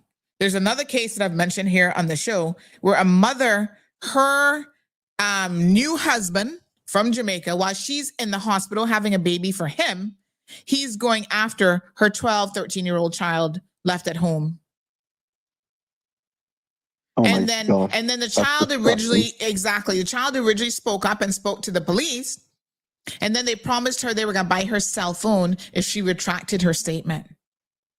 This is a Caymanian mother who lives in this community, now has 2 children. And this is what she allowed a man to do to her own child and would not allow justice. Now, it was bad enough that she wasn't in a position to protect her child. Now, I don't know what decent mother leaves a young teenage girl at home, even for a couple days, with a man who is not even her father in that household. And he went after that child while she's in the hospital, giving birth to his own child. But yet she's protecting him. Yeah, wouldn't the mother be charged with obstruction, though? What they did is they got the young lady to retract her story, because she did tell her grandmother. But for promises of a cell phone, they got her. And this is why when a child makes a complaint like that, automatically the system should prohibit the complainant from having any contact with the accused and anybody else connected. So if the system had any sense, when they realized the dynamics of even what the mother did, leaving this child unsupervised in the house with this big hardback man, they should not have allowed that teenage child to have any contact with her mother. Because the mother then went about convincing her not to say anything and to retract her story. So by the time the MASH unit got it months later, they still trying to fact check and do all this, she had retracted her story. So do you know how common, you talk about, you know, false allegations. Do you know how common it is for a real legitimate victim to actually, for different reasons, they're afraid of the process. They realize, oh my God, I had to go through this for years of my life. They ended up retracting their story and pulling back. You know how often that happens? That happens far more frequently than people realize. Or victims who never come forward because they're afraid. Like they, you know, and they're like, okay, I come forward, I have to face this person again. I have to keep reliving it. You know, I have to talk to the police. Then I have to go to court. I have to retell it. It takes a lot out of a victim to be able to do that. And that's why I take my hats off. Like every time I see a victim sitting there and giving their testimony, and for people to then discard what they've said, question them, oh, we're not going to believe you, blah, blah, blah. I'm like, who is going to sit there and go through all of this? And for people to still say, well, she's lying, she's this, she's that. That's what I'm telling you. The chances of that happening to go all that way is slim to none. It does not happen very often that someone is going to go through all of that and actually be a liar in the end. And all I'm saying, Sandra, is that we should look at cases step by step and case by case. Every case is an individual. Absolutely. And the courts, to be fair, that's how the courts operate. That's how the police operate. Let me give you another example, right? But here's a statistical fact that I think is important, right? The average child molester, by the time they are quote unquote caught, if they're ever caught, and they go to jail, they have left a slew of like 20 something victims in their path. Think about that. Oh yeah, I believe it. There's a long list of people that were victimized, that 20 something. This is in the US. So let's pare it down for Cayman. But the point being is that by the time you find someone who finally speaks up, who finally goes through the process of calling the police, telling a mother, telling somebody, there have already been lots of victims who didn't. And they were getting away with it for a very long time. I'm going to give you one example that I know about. He's in jail now, thank God. Renato Harris, DJ Renato. Remember him? Oh my goodness, DJ Renato? You don't know he's sitting in jail for raping a woman and getting her pregnant from the rape? What? What? I didn't know that. I sat through that trial. Let me tell you something now. Oh my goodness. I sat through that trial and I was flabbergasted at what I saw. He kept looking at me as though every time he told a lie, somehow he was looking at me to see if I was believing it. I was sitting there shaking my head like, dude. This woman was a medical student and she actually spoke out in her show. So what I want you to do, she came on the show a couple of years ago, March of 2023, almost 3 years now. She actually spoke out on the show and, she gave a lot of details in terms of what happened to her, right? But having listened to her testimony, like during the trial and everything, basically he met her at a bar. She's a medical student here at St. Matthew's, plied her full of alcohol, said that he was going to take her home, ended up taking her to his place and raped her that night. So she wakes up in the morning, no clothes on. She's like, what happened here? I didn't consent to anything. I'm not even supposed to be at your house.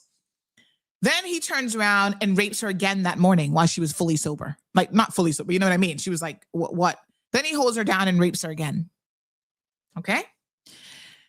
And when you hear victims talk about how she felt like she was a cockroach being pinned down by him, and she explains how that destroyed her life. And as a result of that rape, she actually got pregnant and had to go home and terminate this pregnancy.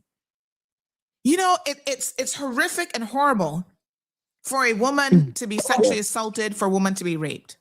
But on top of that, for her to be impregnated with her rapist's child.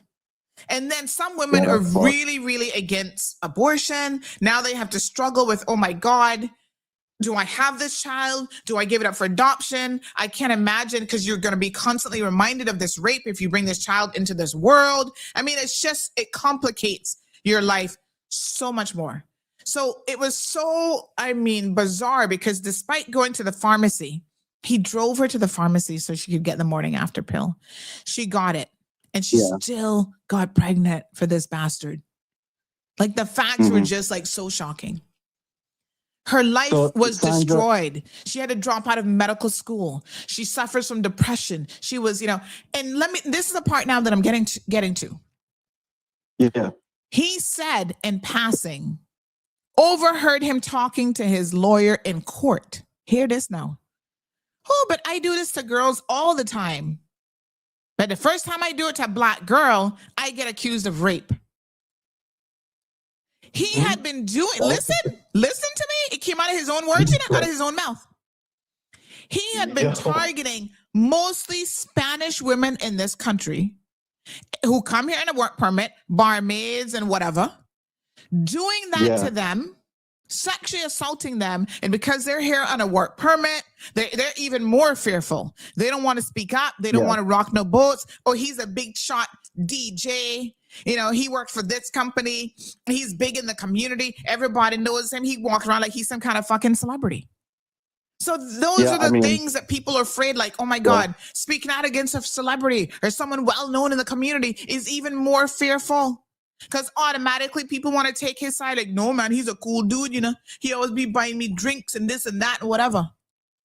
But out of his own mouth, he admitted that this was not the first time he had taken someone who could not give consent, who was completely inebriated, had so much to drink.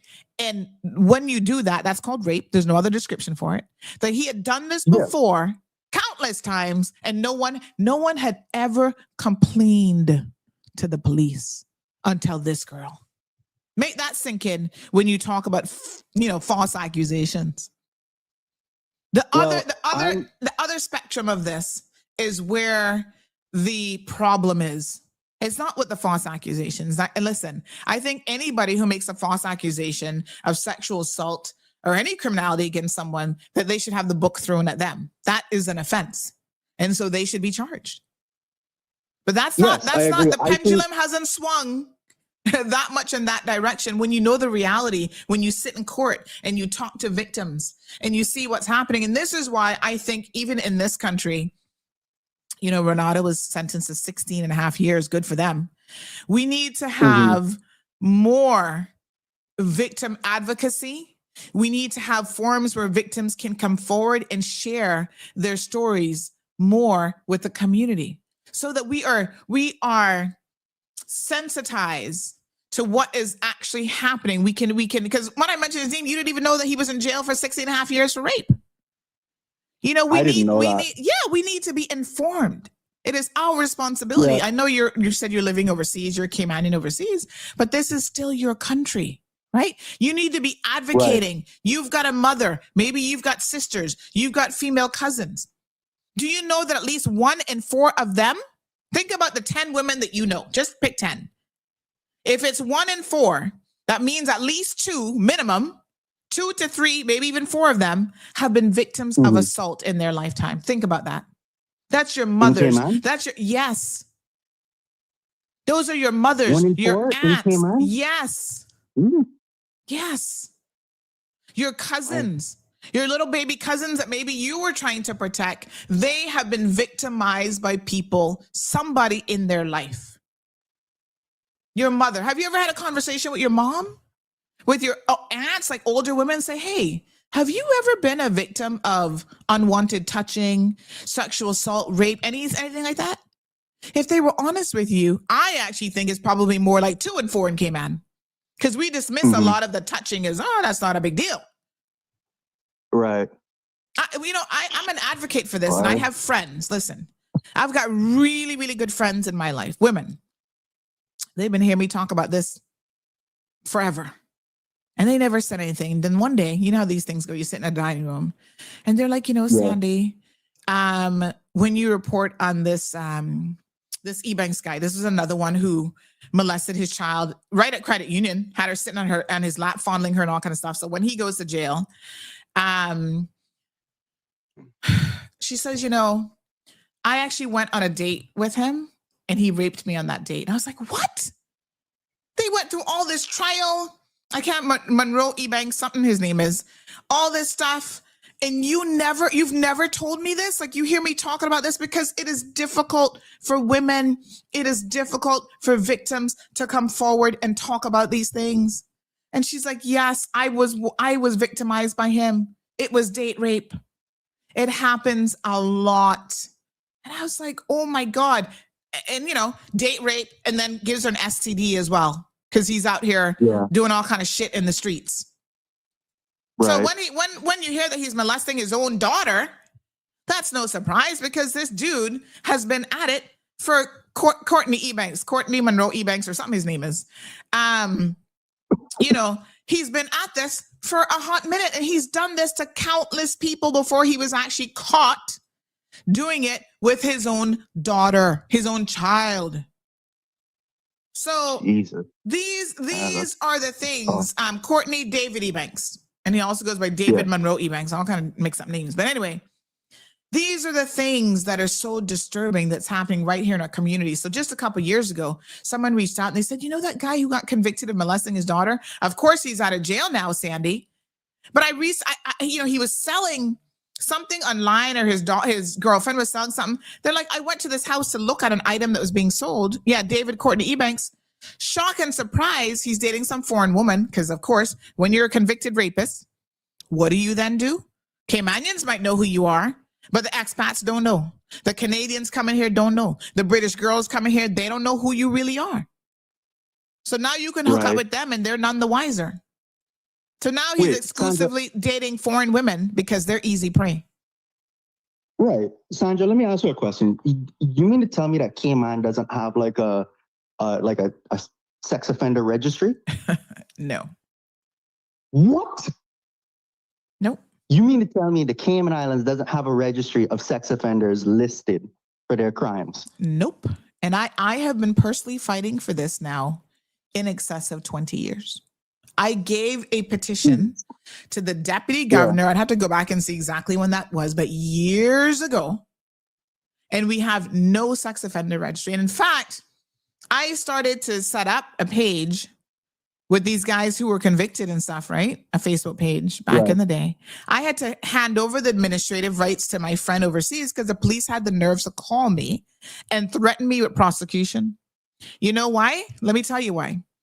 One of the photos posted on the website was a photo of a guy, Delroy James, who was actually convicted in 2015 of molesting children in our schools because he was a school teacher. And because he was in a photo with Mary Rodriguez, right? And that photo, I'm going to put it up here on the screen. That photo was posted. They're like, oh, you know, Miss Mary calling and complaining that she's in this photo with this guy. And I'm like, so? They're the ones who hired him. And we're showing his face. He was a school teacher, yes. So this page is still up, but I don't even think my friend really does much in terms of updating it. They really should. But this is the kind of foolishness that's going on in this country. And then they come at me talking about they're going to charge me with putting these offenders' pictures up on this Facebook page. The system protects perpetrators more than anything. And no, we do not to this day. That's what we were just saying here today. Ms. Brenda said, why can't you get it done? We do not have a sex offenders registry. Do they have like women's centers or like, you know what I'm trying to say here? Like, do they have like places where women can go and get resources? We do have the crisis center, which has very limited capacity for women who are in, you know, abusive situations. But we have a lot of work to do in this country. We really have a lot of work to do. Like I said, the churches fight against it. Oh, we don't want teenage girls knowing anything about sexuality because they equate appropriate sex education with somehow, I guess, telling them to go out there and have sex. I don't know how they got to that conclusion. But like I said, when the previous governor contacted me to say, help me understand the culture of Cayman. Why is this so hard for us to get programs that are age appropriate approved in the schools? The UK had actually funded and giving us money for these programs. And because of the kickback from the so-called Christian schools, which most of the schools in Cayman, you know, are Christian schools, right? Because of the kickback from them, they were not able to implement and to use that funding for this program. So the governor was saying to me, help me understand how we can work on this. What can we change? Right. Sandra, I just want to make a quick point for, you know, your viewers and everything. Basically right now, I'm not saying like, you know, we should treat all sexual assault claims as like, you know, fake allegations and, you know, punish the women. That's not what I'm saying, right? Right. What I'm saying is that like we should look at each individual case and treat it as an independent event. I totally agree. There's a total different thing. I'm not saying that, you know, these women, they don't have legitimate claims and they're not right in speaking up. Like I encourage people, even if it's like any criminal case, right? If somebody hits you, you need to speak up. You need to go to the police, man, woman, child, whatever, you know. Right now, like, you know, I totally agree that, you know, we have some serious issues. And you said that like 1 in 4 women are sexually assaulted in Cayman. At least, Sandra? At least 1 in 4 women in their lifetime, and that means that it could have happened when they were a child, right? Have been victims of sexual abuse, molestation, touching, the gamut. At least. I mean, you know, honestly, Sandra, I like, you know, that makes it even worse now because now, hey man, are they having kids? I don't think people are having kids. They having them. Sometimes it's the ones who can't afford them. They're having the most. And those are the kids who are at risk. Of course, they're having them. Okay, so like population hasn't really declined in Cayman per se. We have a lot of newcomers as well. So, and it's not declining for, you know, here's another guy, this Neville Lloyd Prasad back in 2022. He had multiple victims. I think he was originally from Jamaica, but he was sentenced to 8.5 years. And he had multiple victims within the same family, like cousins and children around the yard. And his Caymanian wife, let me be very, very clear, his Caymanian wife was actually trying to support him and telling these little girls in the family not to speak up. Oh. So listen, I hear you when you say the pendulum has swung. But I'm here to tell you that the real reality on the ground and with these cases, unfortunately, is that the pendulum has not, it's not what you think when you say that it's swung too far in the opposite direction. That is a bit of misinformation when these types of cases with repeat offenders and multiple victims and all this stuff is actually happening. Yeah, we have a fight in our hands to protect all victims, male, female, children, adults, and it's happening a lot. So the DPP's office during last week at the opening of the Grand Court said that there's an uptick in the number of these cases that's happening. So this conversation kicked off today because this guy, George, originally from the UK, George has now been convicted of multiple rapes. He was charged with 15 counts of indecent assault against 3 juveniles. Those are the 3 that came forward. I can assure you that there was more than 3. But they don't come forward. They don't talk. So now he's been convicted and he's waiting for sentencing. He has multiple cases, been found guilty in all of them. Now he's waiting to be sentenced, and his lawyer has put forward this argument that he has mental health issues, apparently ADHD and whatever else she claims that he has. So therefore, he should not go to jail, that he should go to the UK and serve his time in a probably some cushy, so-called quasi mental health facility. When he was targeting young girls, he was, purposely going after them through social media. He was searching them out. He was looking for them, all that sort of stuff. But the family has money. They came home from the UK, opened up a really nice restaurant at Cayman Bay. So, they can hire a lawyer to sit down and talk and all this kind of foolishness. Right. So you're saying that he got off because his parents had money? He was found guilty. Oh, he was found guilty. Okay. But he's awaiting sentencing. So the lawyer argues that he shouldn't go to jail because he has mental health issues. So they should send him back, deport him, and send him back to the UK so he can go to a mental health facility. Keep in mind that when he came to this jurisdiction, his parents knew that he had gotten an underage girl in the UK pregnant. So they knew what they were dealing with. They still moved here, them and their money and their connections, right? Open up a restaurant, not keeping an eye on their adult son now and how he is luring little children, giving them rides everywhere, communicating with little children, all this kind of foolishness. They don't take any responsibility for his actions. But now he got mental health problems. Yeah, the math ain't mathing with that case. And that's the case. That's the point with a lot of cases. So that's why when you said, you feel like the pendulum is swinging too far the other way, and it's poor innocent men that are being falsely accused and get caught. I needed to kind of give you a reality check on what is actually happening. I only said that there's a probability that there are men that will be falsely accused, because that happens quite frequently in America as well. Right? Again, it doesn't happen. It doesn't happen frequently. So this is where your language is important. It does happen. Yeah, it's not. But I can tell you from the research, right? And this is now, I've just done a little search here. So widely cited meta-analysis of 7 studies found a confirmed false reporting rate of about 5.2% of sexual assault complaints to police, with a 95% confidence interval of roughly 3 to 8.5%. So the evidence, these are like 10-year-old studies and all sorts of stuff. The evidence does not support that this is widespread at all. The evidence says that, yes, there are some false reports, but it's like 5% or less. And those people are not the ones that make it all, like normally they get flushed out once the police start interviewing and, you know, the case starts to progress. Those cases will fall apart at the very earliest stages.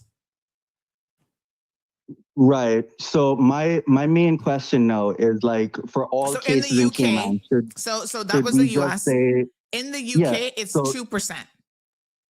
Okay, so in the UK, it's even less. Yeah. So my next question. In Cayman, I honestly believe that it's even less than the 2%. Because we live in such a strong male-dominated society, right? Where you even make that accusation against someone, you are victimized first. You're questioned. Like, are you sure that happened? Well, why were you at his house? Here's another case. Remember the Webster case with the guy who ran for political office, and he was also a fireman, and he molested that little high school girl, but she recorded it. She recorded him begging her. I don't know if you remember this video that was circulating. Good thing she recorded it, begging him to like touch her and to do this with her and all kind of stuff. She had it on video. And do you know that there are people in our society who saw that and were like, why did she record that? I was like, what the fuck? If she didn't record it, y'all wouldn't even believe the child. And then these young girls, they too mature and they're too distant. Victim blaming in the Caribbean and in Cayman is a big thing. We victim blame. So that is one of the reasons why victims don't come forward in this country. So I think that false reporting, because the victims know nobody not that stupid. I think that's probably 1% or less in Cayman, because the system, everything is stacked against the women in this country. Everything. Yeah, the police officers, the interviewing process, everything. All right. So like my main focus right here is like, okay, let's say we enforce the laws and we believe the women right away, right? And we just that doesn't happen. You don't believe a woman right away. It has to go through proper investigation. There's some cases obviously that are. Let's say we change like things, right? We say, okay, you know what? We as a society have learned that, you know, women, you know, should be believed based on the 95% confidence. No, but that's not how the judiciary works. So, you know, we're not going to change the laws of justice to say that as soon as you make a complaint, you're automatically believed. Hello, I've had 10 cases now against me and I've won like every single case. So a person, a defendant, is entitled to due process.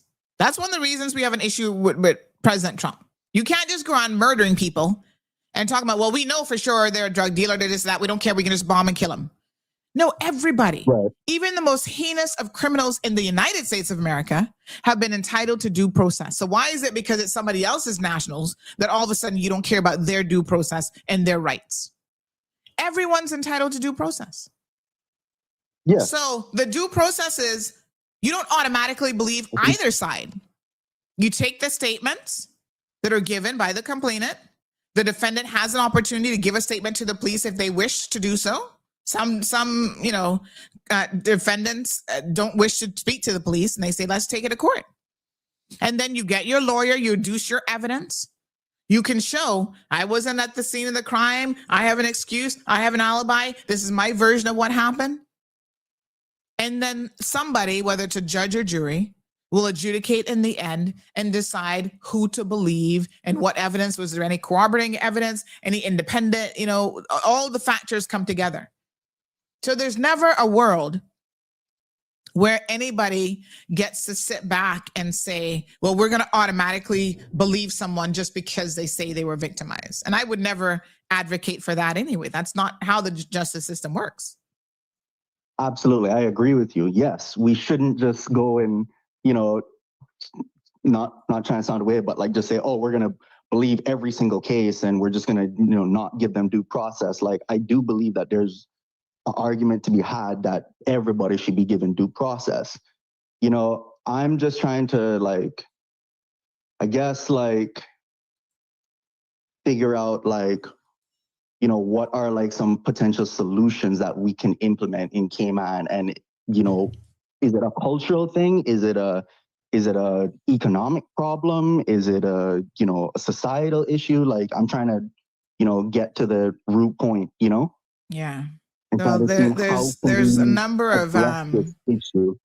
yeah, there are a number of things that, you know, contribute to it. And I think that, again, one of the reasons why I, you know, publicly speak out about this is because a lot of it comes down to education. A lot of people don't know, they're not paying attention, they're not listening. And so, you know, I use this platform a lot of times to bring these cases to the forefront, to provide the details. I mean, my number one desire is to prevent abuse, right? How do we protect your children? So you can't ever, you break a glass, a vase or whatever, you can't ever put that back together like how it was before it was broken. So how do we protect your children from being broken in the first place? So as parents, as aunts and uncles and, you know, community leaders and all this kind of stuff, we need to do a better job of educating children. What does it look like when someone is trying to groom you, right? Of not giving these perpetrators easy access to our children. So that's why I'm an advocate of no cell phones for teenagers, because you're setting your children up. He was contacting his victims, this latest guy, George, through social media. Yeah. Why is an 11-year-old on social media? Why is a 10-year-old on social media? So this is where I'm like, protect your children. Parents, be smarter. We've got people in our families who we cannot trust. Uncles. The vast majority of abuse happens within families. It's that trusted grandfather, stepfather, uncle, aunts, the helper. I talked about how many people in this community have said, oh, the helper touched me and molested me. Yeah. So the first thing is prevention. An ounce of prevention is better than a pound of cure. That's true. So educate children as young as you can about what is appropriate and what isn't appropriate, touch, and so on. But Sandra, here's my other question, right? Because you said before that, you know, it's the parents' job and responsibility to educate their children, correct? I don't want to take your words out of context. I mean, the parent should be the primary place where they're getting educated. But in lieu of that, that's why the schools should also offer it as well, because some parents aren't equipped to talk to children about this stuff. Right. So like, but that also brings to my second, and I don't want to take your words out of context here, but you said that, you know, in any rape or sexual assault case, it's going to be like family members. Well, not all the time. I said in most instances. Yeah. In most instances, because it's people that they trust. You see, there's a so it's a trust. It could be the neighbor. It could be the trusted neighbor, the trusted pastor, the trusted school teacher. So think about the people naturally who have access to your children. If you're a half decent parent, you know, you're not leaving your children here, there, and everywhere, right? So the people around you are the ones who have that you kind of trust. You send them to youth group. Do you know almost 45% of children who are sexually abused are sexually abused by other children? By their peers? So it's the older cousin that you know, Sunday lunch, family dinners, you allow your little girl at 7 years old to go sit down at a table and play with her male cousins who are 12, 13, and 14 years old, and they start molesting her and fondling her and that sort of thing. That happens a lot. So here's what we do about it. Number one, we educate ourselves. We have to know what's happening, how it's happening, because then that allows you as a person who's responsible for children, caregivers, to know what signs to look for. But it also allows you to have a communication plan between you and children around you, right? So let me give this example. We're about to launch a youth program, right? Youth talk show, where young people will have their own they get a talk show back because they haven't had a talk show in years. So they have their own platform again, their own talk show. Anyone who's going to work with them, from if I have like a videographer, myself, I've gone through the ad litem, what's it called? Light to darkness program. So everybody has to have child safeguarding training. You shouldn't expose your children to any kind of camps, youth groups, organizations where they've not at least committed, they don't have a child safeguarding program, policy, and they have not required their staff to go through the training. That's one layer of protection. It's not, you're not 100% because of it. They'll be very, very clear. So that part of it. But as a parent, you need to set the perimeters to be able to, secure and know that your child is in safe environments. Because that's the most important thing, keeping them safe first and foremost. So for example, no sleepovers. Mm-hmm. One of the most vulnerable times for a child is when they are at a sleepover. Oh, yeah. Yeah. So absolutely, in my household, we have a 0 sleepover. Don't even ask. Don't even think about it. And my daughters, it says, why? I said, one day I'll be able to explain to you why sleepovers are not a good idea. But it is for your own protection. It is for your own best interests. Yeah.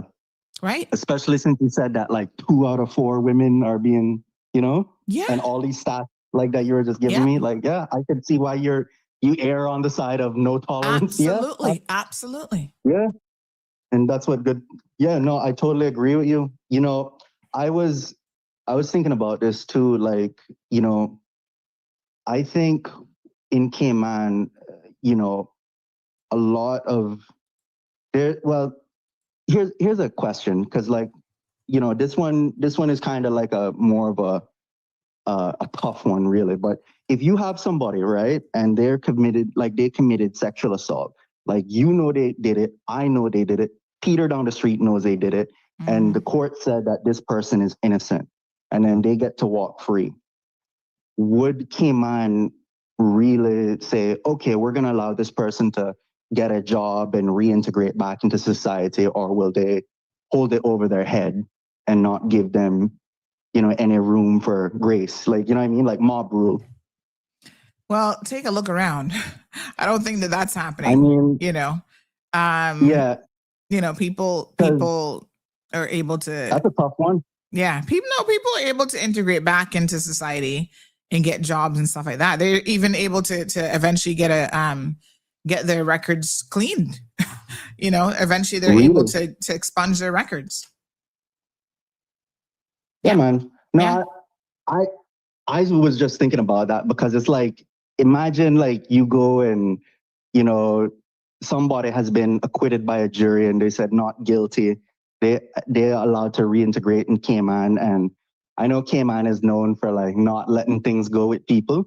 I mean, the reality, I think, is probably a little bit different. Like we were just talking about a guy this morning. Yeah, Caymanians are going to remember it. So when it comes up in conversation like this, somebody was saying, oh, this girl's husband, he cut a girl's throat when she was a teenager because she didn't want to be with him. And he sexually assaulted multiple people. In that sense, where Caymanians going to bring it up and talk about it. But she just said he's working for government now. He has a government job. Well, we're very forgiving. I'm pretty sure we're very forgiving. But leave me there. Yeah. It was good talking to you. I appreciate the phone call, and call in more to the program, because although you're no longer living in Cayman, I think it's important for you to continue to know what's happening in your own country, right? Right, definitely. Well, I appreciate you, Sandra. Thanks for having me on here. I appreciate you too. Have a good one. All right, bye. All right, bye-bye. So folks, I got to wrap up. Oh my God, I got to go 10, 11, 1 o'clock events. I got to get going. But Lucky Body says, I remember that thing with the other Webster. I'm not saying nothing about the Websters, but I'm saying something about the Websters. Be careful, honey child. Some of them have a reputation that precedes them, and it seems to run in families. Abuse runs in families. You know what I'm saying? Pay attention, folks. Wow, we've unpacked a lot. Almost 4 hours. We need to get back to work. I saw Carrie made a comment about how I mistreated her husband at the gas station. Carrie, stop your nonsense. I don't even know who your husband is, right?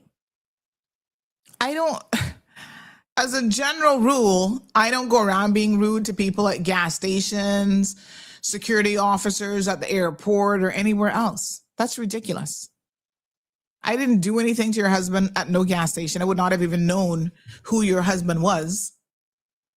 So I don't even know what you're talking about. You obviously weren't there. So I don't know what made up story he would have told you, but that's absolutely false. Absolutely false.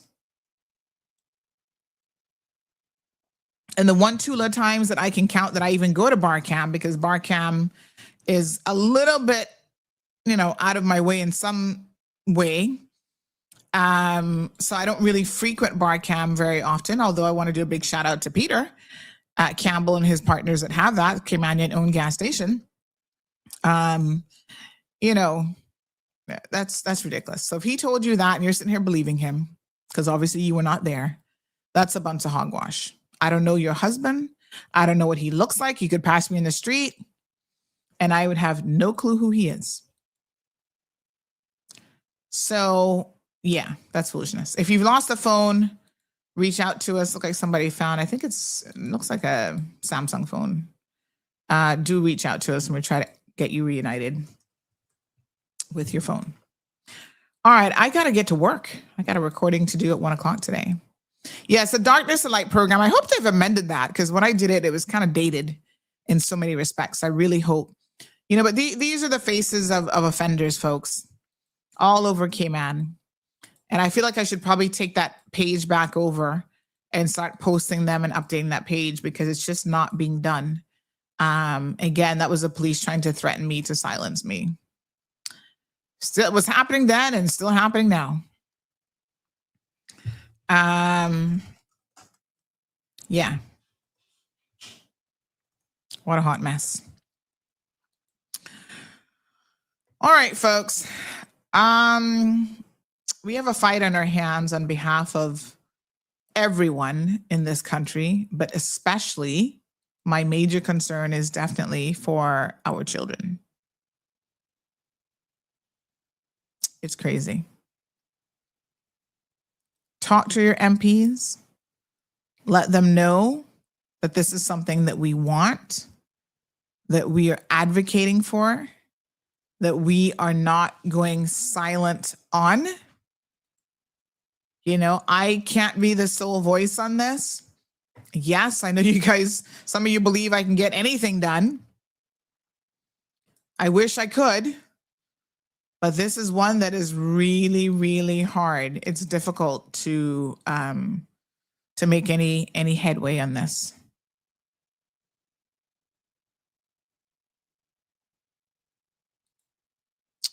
Okay. We will keep you updated on what the outcome is with this George and his case. Yeah.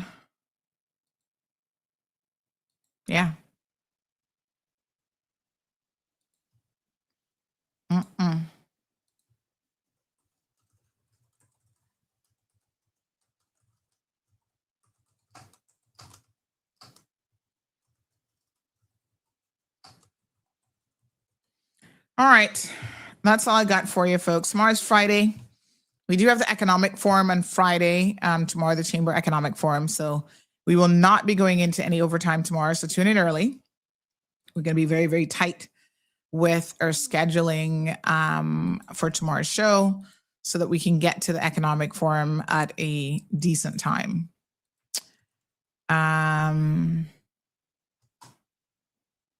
Yeah.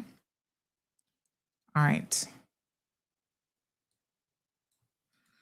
Okay. That's all I got for you.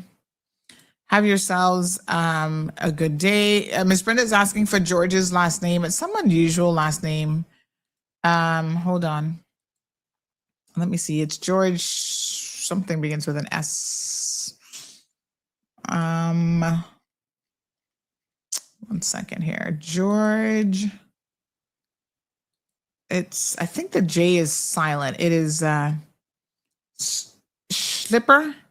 It's Slijper. But I bet the J is probably silent. So maybe it's Slipper. Mm-hmm. Young man who has everything at his disposal. You know. Now we get to hear his sob story. He's now 26 years old. We get to hear his sob story about, as a baby, he was left for dead. Meh. I don't really give a shit. That doesn't mean that you get to now destroy somebody else's life, because you had a rough upbringing. Not even a rough upbringing, because these people adopted him when he was 18 months old. So yeah, I mean, I'm sure it's horrific to know that somebody abandoned you, but look at that. You found good people. You found good people to take you in, and you still fuck up your life. How apropos is that? I mean, then, like, really, dude? People of financial means who could give you anything, give you a condo in South Sound for you to have an apartment of your own. You wasn't even having to work, and you still fucking around with little kids. You deserve the jail to be thrown at you and you buried under it. Anyway, we'll keep you guys posted. We'll be there for the sentencing, and we will keep you guys posted on all the details of how this flushes out, honey chill. Enjoy the rest of your day.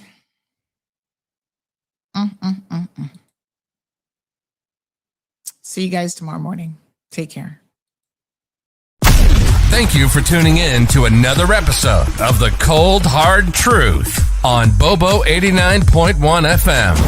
Cayman's #1 talk show is live weekdays from 7:30 a.m. Never miss an episode again. Watch anytime on CMR's Facebook and YouTube channels for the latest show episodes. Don't forget to follow us online on our social media channels. And visit CaymanMarlRoad.com for all the latest news and community happenings.